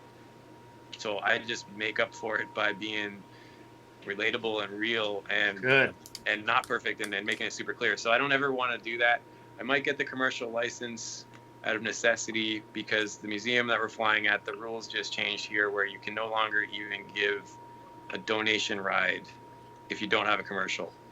It used to be that they knew the pilots weren't getting paid, so you could just show up and volunteer your time and fly the ride that someone donated the money to the museum to get the ride, and a private pilot could give that ride. That's changed now. So now to even give rides, you got to have commercial. I'm not in a huge hurry to be giving rides, frankly, in Warbirds, so I'm just building my experience doing the display flying with them and ferrying them to different locations and just keeping them flying. Like they're fine. They want to have a fleet of pilots that don't have to be qualified to give rides. There's a lot of reasons why we need the airplanes to fly for formation stuff. Then we don't take riders for formation stuff when we're demonstrating. So I'm qualified there. I'm just going to build a bunch of time, and then at some point in the next year or so, I might get commercial just quietly, just so I have that qualification. But I don't intend to ever get a job. Yeah. Okay, guys, But you're going to be a regular fixture. I got some super chat questions here to catch on. One right here for Steve. It says, "Thank you for doing all you do." This is from David. Thank you for doing all you can do, GA Steve. What do you think will be done to make GA more affordable in Canada? Asking as a busy dad as well. To make it more affordable, I can't say I have any answers, man. I really don't know. Like, I'm just, from my perspective, I'm trying to tell the story of the love story of aviation and trying to inspire people to go do it. And I think the more people that do it, I suppose maybe we'll make it more accessible. Yeah. I really don't know. I think I have one thing there, guys. I don't know how much you've been following the progression of electric I was going to flights. say that. I was going to say that very thing. Yep. And yeah, and because I've seen some incredible stuff, and I mean, you and me, Steve, we were supposed to go to Aero Friedrichshafen, and I was there last year, and Siemens had a huge thing there with their electrical motors that they're using for their GA aircraft, and I mean, already a year ago they had at least an hour of like use time, an hour and a half, I think, that they could use, which meant that basically you'd have to sit in the circuit. Maybe not too much more than that, but they said that every year the energy density in the batteries was almost doubling, and I mean with that and with the fact that they can do hot swaps, so they just take one battery, switch it out, sting in another, and you're ready to go again. I mean, if you can manage to do that, I think, there's no fuel cost basically whatsoever. I think they had, what was it, like $3 per hour or something in fuel costs, and that, providing that the insurance companies are game as well, that could have a huge impact on GA costs. Yeah, and even That's true. I didn't even think about that because in North America it's not really on the radar yet. But I know in Europe they're starting to get electric aircraft on the radar. Yeah. That could be a game changer for training for sure. I don't think there's much application yet for actually going very far. No, but it's true. It's got to be coming. Yeah, but if you can get 3 hours out of it or something like that, training. Or you can have a spare battery in the back. And what's going to do too is it's a whole nother product field that's going to compete with existing products. So anything like 172s to 150s are going to now be competing, which is there's going to be more supply with the same amount of demand. So even the GA, so even if you're a gas guzzling red-blooded American that just wants to, poke holes in the skies with the loudest thing possible. Those aircraft on the lower end are gonna the price is gonna go down, and then it's good for everything from bringing the cost down. But electric aircraft, of course, like it's hard to think of this now, but once they get the energy density possible, and cargo will definitely go electric because you just want to do it as cheaply as possible. And so yeah, it's crazy. Another super chat before we get too far, because that electric question is just an endless pit. The 305 Garage questions for you guys. I'm a 22-year-old. Sorry, it says I'm 22 hours. I'm 22 hours into my PPL training, and I'm still dealing with nerves and anxiety. Also having issues with landings. My approach is good, but I keep botching the flare. Any tips? I'm gonna go take a piss. So you guys talk about pilots for a second. I'm probably the least experienced guy here, so I can. No, you're the best. You're the best, Steve. Hey, you're the one that's gotten through it most recently. Let's hear from you first. Yeah, I fly a lot of different things all the time, and am always in that place almost. And that place of being uncomfortable, figuring it out, and getting a feel for the different the different feel, different control inputs, and there's a lot of intuition that gets into play with where you should be at certain points in the flare or whatever else. And people talk about looking at the end of the runway and all those tricks. Well, spoiler alert, that don't work in most Warbirds. As soon as you get into a 3-point attitude, you got nothing but cowling in your face. So looking down to the left, I usually look both sides real quick and kind of judge the triangles. And then you got the pie slice. So you just look at your pie slice and you know if it's getting bigger, you're going right. And if it's getting smaller, you're going left. That's if you're looking left. Yeah. And you can get a lot of information from that. Jason Miller, my CFI friend in California, calls it the Lindbergh reference because Charles Lindbergh flew without a front window, right? He had just he didn't put a window in the Spirit of St. Louis, right? He was used to flying mail. So a lot of it comes down to just understanding how to feel if you're drifting, get the alignment straight. But I don't know. There's no real way around it. It just takes time. Well, what about the anxiety part of it? Well, yeah. So in that video I just published with Dave, my friend, who's the guy that checked me out in the T6, there's this hilarious soundbite where he's about to solo the extra 300 after a couple of days of training. And he says he's in the perfect spot with the exact right amount of anxiety. And we kind of made this joke, and I think Luke, his training pilot, was like, yeah, you should write a book on that. I think people like to know what exactly is the right amount of anxiety, because there is a place where you're too locked up. If you're too stressed out and you're too nervous, you're not loose enough to react and to deal with it. There's also a place where you're too relaxed and you're too confident and you're going to screw it up. So like I say about the Harvard, I don't fear it like I used to, but I respect it, and I always approach it with, there's definitely a certain degree of anxiety with flying an airplane like that. I mean, it's extremely unforgiving. It's a 6,000-pound tail dragger, and if you get behind it at all, it's going to ground loop, and it's going to not go well. That airplane is not a fun. Anytime you see footage of those things ground looping, yeah. So even when you're low time in 172, it's the same thing. I think nerves are important, and the minute you don't feel them at all, I think something's wrong. Yeah, we're still defying gravity here. We're like humans have only been doing this for like 100 years. We're still pretty new at it. So. I can add a little bit to that as well. I mean, obviously, I fly with a lot of cadets that come straight out of training with good hours. So they come in and they sit down in a 737, and it's absolutely horrifying for them in the beginning because they're afraid of everything, including the aircraft. Now, what you have to think, you have to kind of get out of your head a little bit as well and realize that an aircraft like a 737 is an aircraft just like the Cessna 172 is. And when you focus too much about details, we get these students sometimes that wants to know how much do you pull back in the flare, how much exactly do you put the thrust forward in order to get the perfect landing, and the answer to that is that you can't tell someone how you're going to do it because every single landing is going to be different. So you fly the 737 just like to fly the 172 with your ass, essentially. You feel the aircraft, when you get down, and people say that you should be But looking, by the numbers.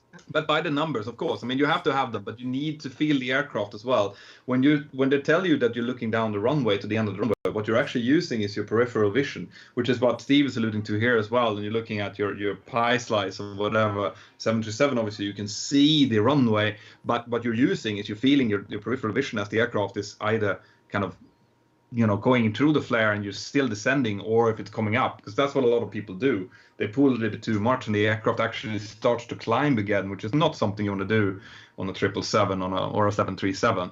So you need to get out of the thinking of that you have a right amount. You need to know your numbers. You need to know what kind of speeds you should be at, what kind of thrust you should have, or throttle in that case, or power. But you also ultimately just needs to kind of get over that threshold where you start to feel how the aircraft is performing with you, and that's why you have to do so many circuits. It takes a while, so don't get worried about feeling anxiety or that your landings are not good. They're going to come with the practice. I started with soaring and kind of didn't get to do a second try, so I learned to fly. My first solo was in a Schweitzer 233, and I think if anything, I've had instructors tell me there's been cases where they see me save an approach that like, why didn't you go around? It's like, well, my primacy is I don't get to go around like I'm in a glider. So I'm not going around unless it's really bad in my primacy. And that's not something to suggest as a good technique. It's just that primacy is very key. The way you learn it the first time typically is what is going to stay with you. So try to learn it the right way first. So I have fought that over the years. Knowing intuitively like the go around should be in my pocket more sooner, a tool that I can reach for than I would have intuitively because of where my training came from. The other thing that's helped me out a lot is just flying so many different types. Like I probably have stick time in more than 50 types. And there is a lot to be said about exactly that, the feeling for it. And, instructors always talk about right rudder when you add power in an airplane, right?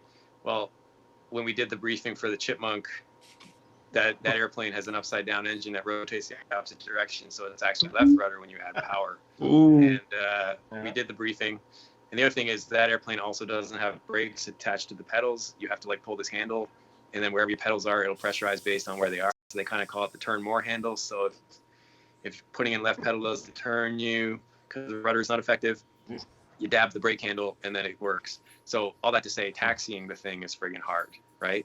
So the first time I flew it, I had a long way to taxi, lots of screwing around with the handle, and you have to let go of the throttle, and you also need to keep the stick back because it's tail wheel, so you're doing this weird thing with 3 hands. No, here you're gonna come. And by the time I got to the runway and hit the power to take off, You wave too, okay? No, you wave. We climbed out straight, and my training pilot Dave said, "Hey, good job, you didn't screw up the rudder like most guys end up going right rudder." And it wasn't because I remembered the briefing. At that point, after all that taxiing and screwing around the brake handle, it was because I did what it needed. I just kept it straight. I didn't think about which rudder I was giving it. And I think that's key. You got to get out of your head. And the idea of thinking how much does it need, as soon as you think that way, you're going to get behind it because you're going to be doing this math. As long as you know the numbers, apply the numbers, but at certain points, there is a thing you just have to do what it needs. And a gust factor and things are going to apply. Exactly. You could be in the flare perfectly, and then all of a sudden a gust hits and you balloon because of that gust. You need to react to that intuitively. You can't do that based on numbers or position of the yoke. Correct. Oh, I've got one super chat coming in here. This is for Juan Paul K. $15 question. Juan, what post-airline career are you considering? Steve, is a Spitfire checkout in the future? Oh, that's 2 questions. So Juan, what's your post-airline? That's right. So what you thinking, Juan? For me, I kind of enjoy doing this YouTube thing for now. I'm really enjoying that, and it allows me to work from home, which is something I've never been able to enjoy my entire aviation career. Getting up at a normal hour every day has had phenomenal effects on my health. I haven't been sick at all since the whole time I've been out of flying for the airline, and Don't get sick now. Don't get sick now, and this. So I'd like to pursue that. I could go back into aerial firefighting, but that's a very hard job to do with a family. It's not a very family-friendly oriented job, though things have improved substantially in the industry, especially over at CAL FIRE. That might be something to be worth considering. So those are a couple ideas right there. And I've done many other things in the past, wrenching on airplanes or residential structural engineering. But I would like to hope to have saved enough money to basically work on retirement. I'm 57 now, and if the market will return to some level, I would hope to be able to work on retirement is the main thing. A lot of comments in there saying, please don't stop your YouTube. You're making a lot of people happy there, Juan. Yeah, no.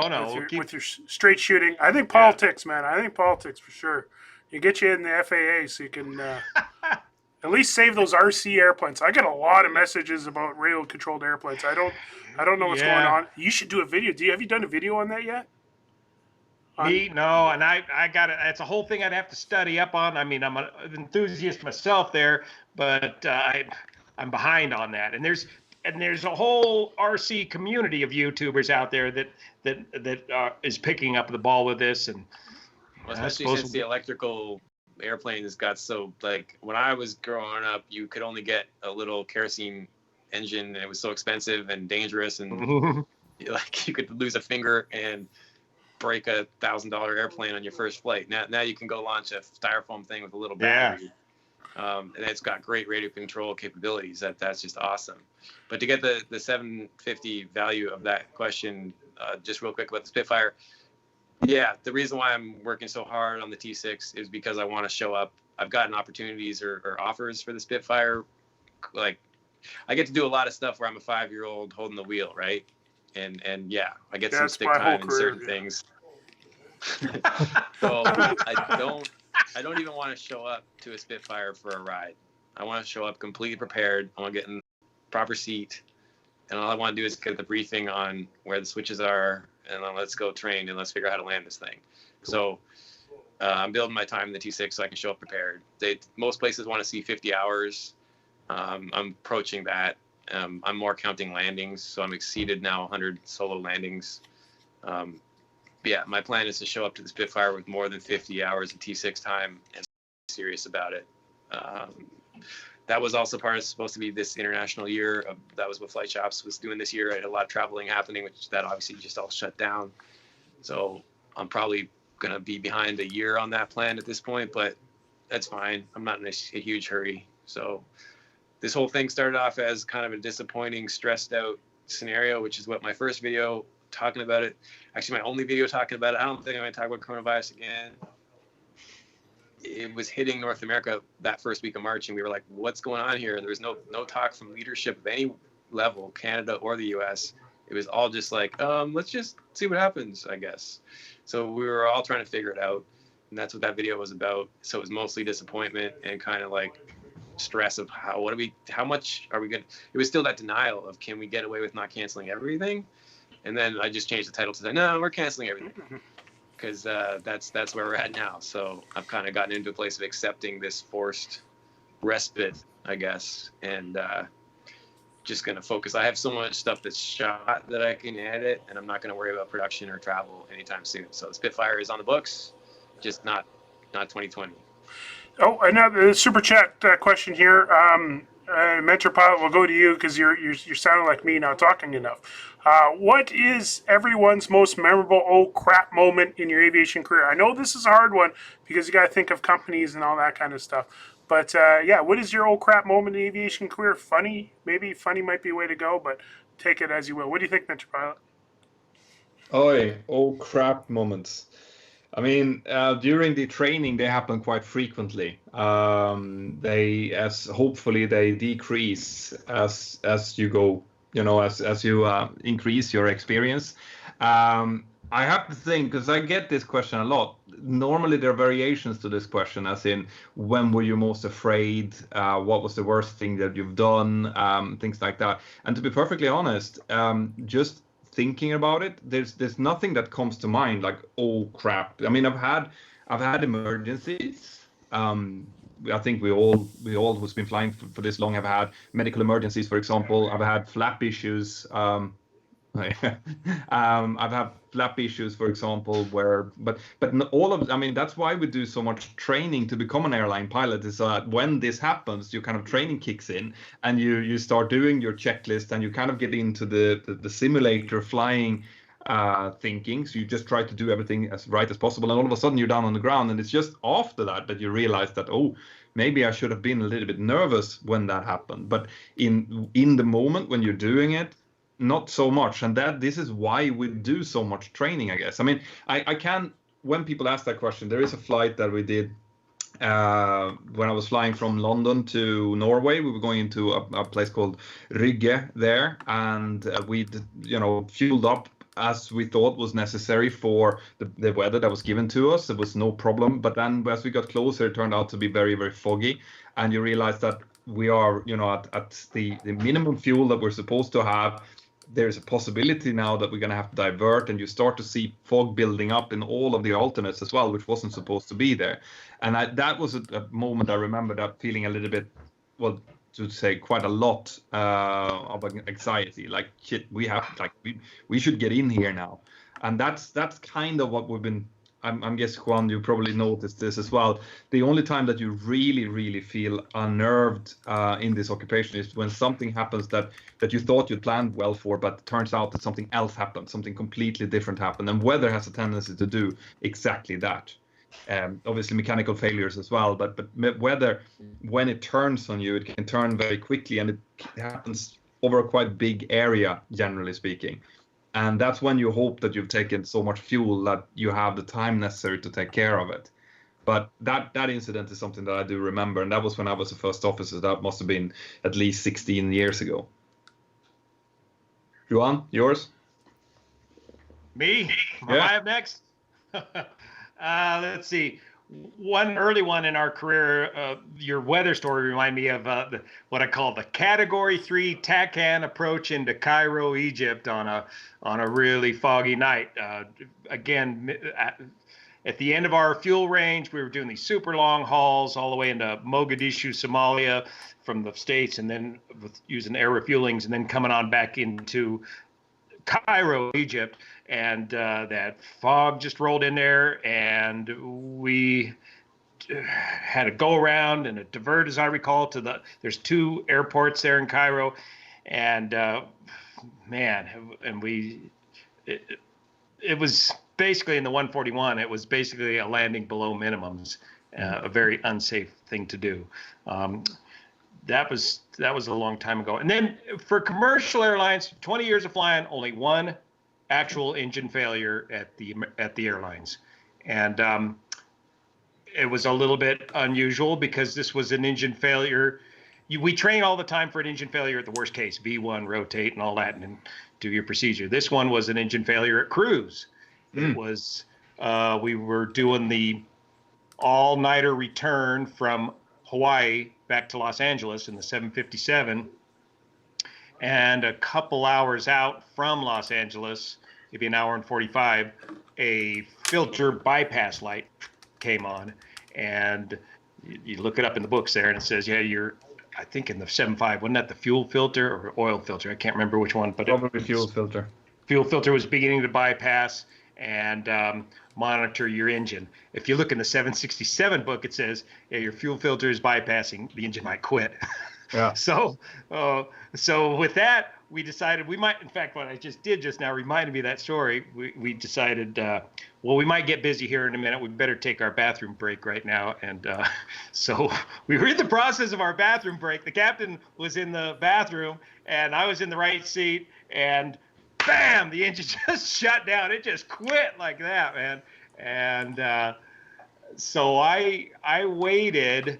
I got the captain back right away, and I didn't want to start pushing buttons and doing a whole lot of changing things until he got back in his seat. Just push the throttle up on the remaining good engine, and the airspeed slowly started decaying, and then he got back in his seat, and he heard, of course, what had happened in the bathroom. And then we started dealing with the procedure, and we did everything by the book, and it worked out just flawlessly, just as smooth as could be. Once you get over that initial startle, and you start doing your procedures that you've been trained to do, it's just another day at the office, man. And just start knocking it out, working together as a team.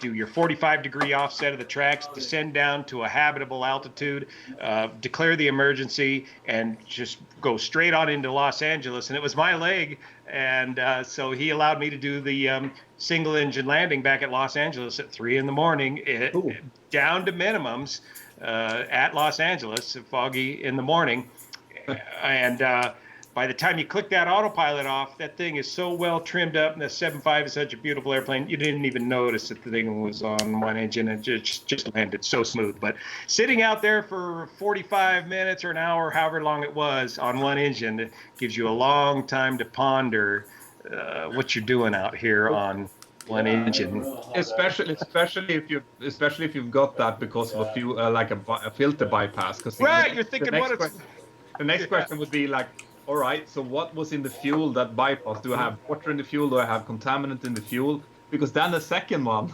can go. Like, yeah. So we have a fuel contamination issue here, and our chances of ditching out here with the swell and the fog and the nighttime and everything else that ain't good. But it's funny. It's funny that you're saying that was what happened, because when I do training flights and we talk about drift down procedures and engine failures at height, I take that as an example. What if I go to the toilet now and the engine fails? What will you do? You know, how do you control the aircraft? How do you keep flying the aircraft? Because it's lovely to have an actual example of that happening.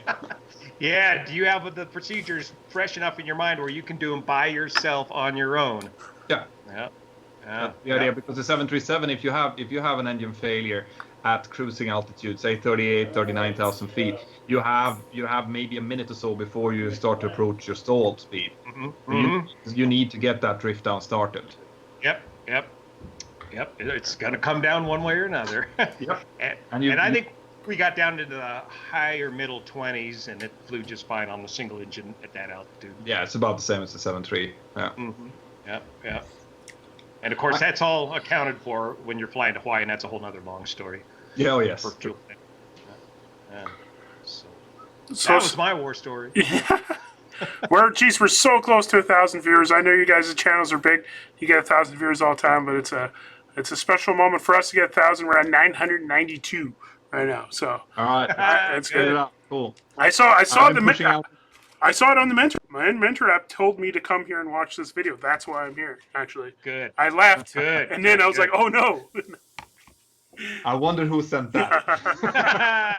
Yeah, you got to promote these things. I want to hear more from Steve about this RV-14 that you're building. What is the 14? Is that the 4-seater? No, the 10 is the 4-seater. I decided to do the 14 because I wanted to be able to go upside down. And the 10 is not aerobatic. The 10 is also a nose wheel. I figured, I got to do tail wheel. So the 14 is basically a bigger 7. It's kind of like the 10 in a 2-seat version with the tail wheel. Tandem or side by side? Side by side, which again, I really like the RV-8 for that reason. That's the tandem. It's like a little mini P-51. It's a really cool little thing. Yeah. Selfishly, I like being in the center. But I think for passengers, it just makes more sense to have them beside you. So I've had enough stories of flying passengers in the Harvard or whatever, where it's like, I don't love it when I can't get a good answer out of how they're doing or whatever. I had one scare in the Harvard I took a photographer friend and I briefed her, you're going to unplug because she wanted to shoot the canopy open. I was like, okay, but the wind noise is going to be bonkers. So unplug your mic side. I taught her all that before I strapped myself in. So she knew which plug to unplug and so on. I was like, but if I ask you a question, I need you to plug back in, or I'm going to get you to like kick the rudder pedals or something, because I took her stick away also, so she couldn't wag the stick or anything. And it worked fine to do that system of either plug back in to talk or hit the rudder pedals to just say, yes, I'm fine. And then on the way back in for the final briefing, I'm about to enter downwind, and I just did my good old, are you strapped in, everything good? No answer. I'm like, okay, just wiggle the rudder pedals if you hear me. No answer. And I mean, in that airplane, it's really, I kind of looked back and I was able to kind of see, and what I saw was her head down, and it looked like she was unconscious. I was like, holy shit, she's unconscious. And so I was about to key the mic to declare an emergency, but I thought, I'm going to roll the airplane a little bit and like roll her around and see if I can just get her to be aware of what the hell's going on. And then finally she plugs back in and she just said, oh, I was just looking at my pictures and I was just kind of leaning down so the light wasn't on the thing. Oh, I'm like, man. how did you not hear me asking you if you're strapped in? I literally had a full-on adrenaline. Like, I thought I have a dead or unconscious passenger now. Oh no! I'm gonna have to ask for an ambulance to meet me or something. Like, I'm doing all that math, like in the downwind. So, all that to say, I think I just would rather have my passenger beside me. Side by side. I did side by side. That's long. And then, story to say this side by side. What engine are you gonna go for? Well, the IO 390 Lycoming is kind of the choice. There's other options, but that's sort of the one to look at. So that's what we're looking at. We haven't fully decided, but I think that's what we're doing. There's different versions of that engine, so we're kind of gonna look at that. Constant speed prop? Oh yeah, definitely constant speed prop. Yeah. And the IO 390, is that 200 or 200 plus? It's 4-cylinder, right? It's 4, but yeah, it's 200 plus. There's a couple different versions. There's the Thunderbolt version that's like artisan kind of assembled, really polished and ported and all that good stuff. And that one I think gets like 215. Are you gonna go for some fancy new glass type panel? Oh yeah, we're gonna put. Oh yeah, you said full autopilot in the works, huh? Yeah, it'll be a ridiculous panel. So that's why I wanted to earn the right to have that panel by suffering through the basic instrument rating without any of that stuff. So are you going to be building this yourself and documenting it as you go along? Yeah, I'm not building it myself. I've got a team helping me at the museum where I fly. Good. We've got a bunch of guys working on it, and we're all kind of doing a tag team on it. It's not something I could do by myself just based on my schedule. And I mean, I could theoretically in my garage do this. I mean, the airplane is not that hard to build. It's pretty cool how elegant those kits are. But we have a ridiculous, massive hangar with all kinds of tooling and expert labor kind of available. So I just felt like I would be crazy not to avail myself of that. And then I can focus on being a filmmaker and telling the story about documenting the build and then continue doing what I do. Because it would take 5 years or something. Yeah. I started an RV6 kit and I spent 1,000 hours. This is the earlier kit before Quick Built was invented. There's 1,000 hours in a couple of years of time. And all I got was a pair of wings and all the flying surfaces. It's a huge time commitment. It's a lot. But yeah, you're literally trading time for money, right? I mean, at the end of the day, those airplanes come together. They're competing with airplanes that are worth 4 or 5 times the price, right? So, I mean, the RV-10 competes with the Cirrus in almost every measurable way. Performance-wise, yeah. Payload, speed, all of it. Even looks the same. It's a really well set up airplane, and I think it's even got more space inside. And I think a fully built out RV-10 is going to be about $300,000, like brand new. Yeah. Whereas Cirrus, you're looking at $1 million or something, right?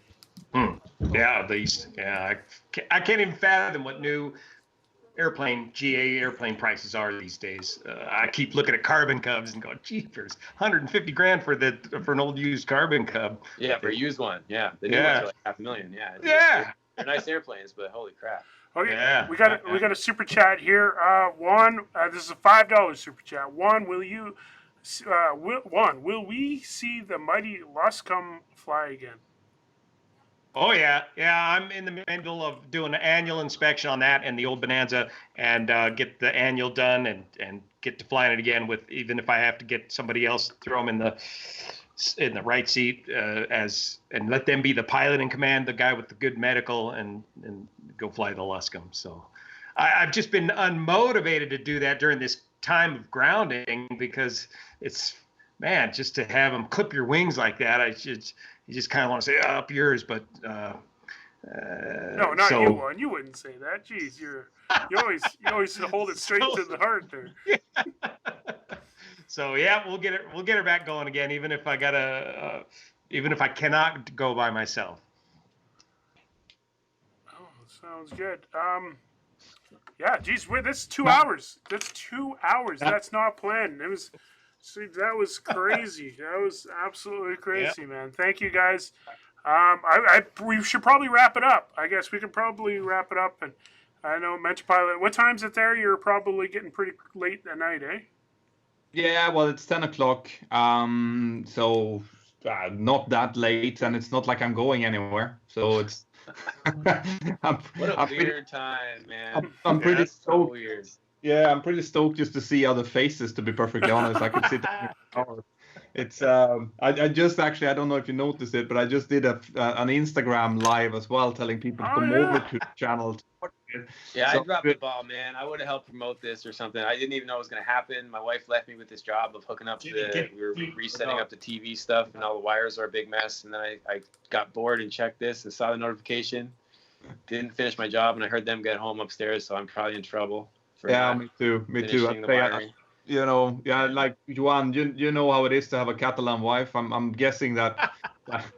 So I'm gonna get my ears full now for being live streaming for 2 hours when they're out with the kids. Goofing off. Yeah, that's right. Oh my god. But you're probably just getting your dinner started at 10 o'clock at night. Well, I mean, I knew I was doing this, so she's already given me an earful for having to make the dinner early. Do this. Oh no. Oh, look at that. Where's your dogs, Peter? Wait, I'll get one. I'll get it. Yeah. The dog thing. Before we sign off, we got to. I can't get mine because I'm plugged into the wall here. Pete, you shaved your beard, Pete. What happened to your beard? Look at that. See, so now this is what it takes to get 1 million views on YouTube, is to show your. Yeah, that's the thing. You know, you have to have your own little pet with you, otherwise it doesn't work. That's right. Mikey, what do you got? A pet raccoon or something up there? Oh in the no, hangar? just my Lego radial engine. That is awesome. Good. Man, Mike, thank you very much for letting me on the live geez, stream. This no, is awesome. We have to talk to both Steve and Juan at the same time. That was really, really cool, man. Oh no. Finally Yeah, get to meet yes. everybody. Yeah, no, it's You're crushing it, Mikey. Good job, man. No, it's Steve. Great It's, job. it's all your fault, Steve. So. How's it my fault? Oh, the thing, yeah. I'll shave next time, though. You got to give me a heads up. Oh. Yeah. Cool, guys. Well, Perfect. Cool. yeah, thank you. We just hit the 2-hour mark. Thank you guys so much. And we'll be signing off right now. And who knows, we might do this soon. We might find some other people. Or we might be doing this from jail. Who knows? Hopefully they got YouTube in jail. So, see you guys.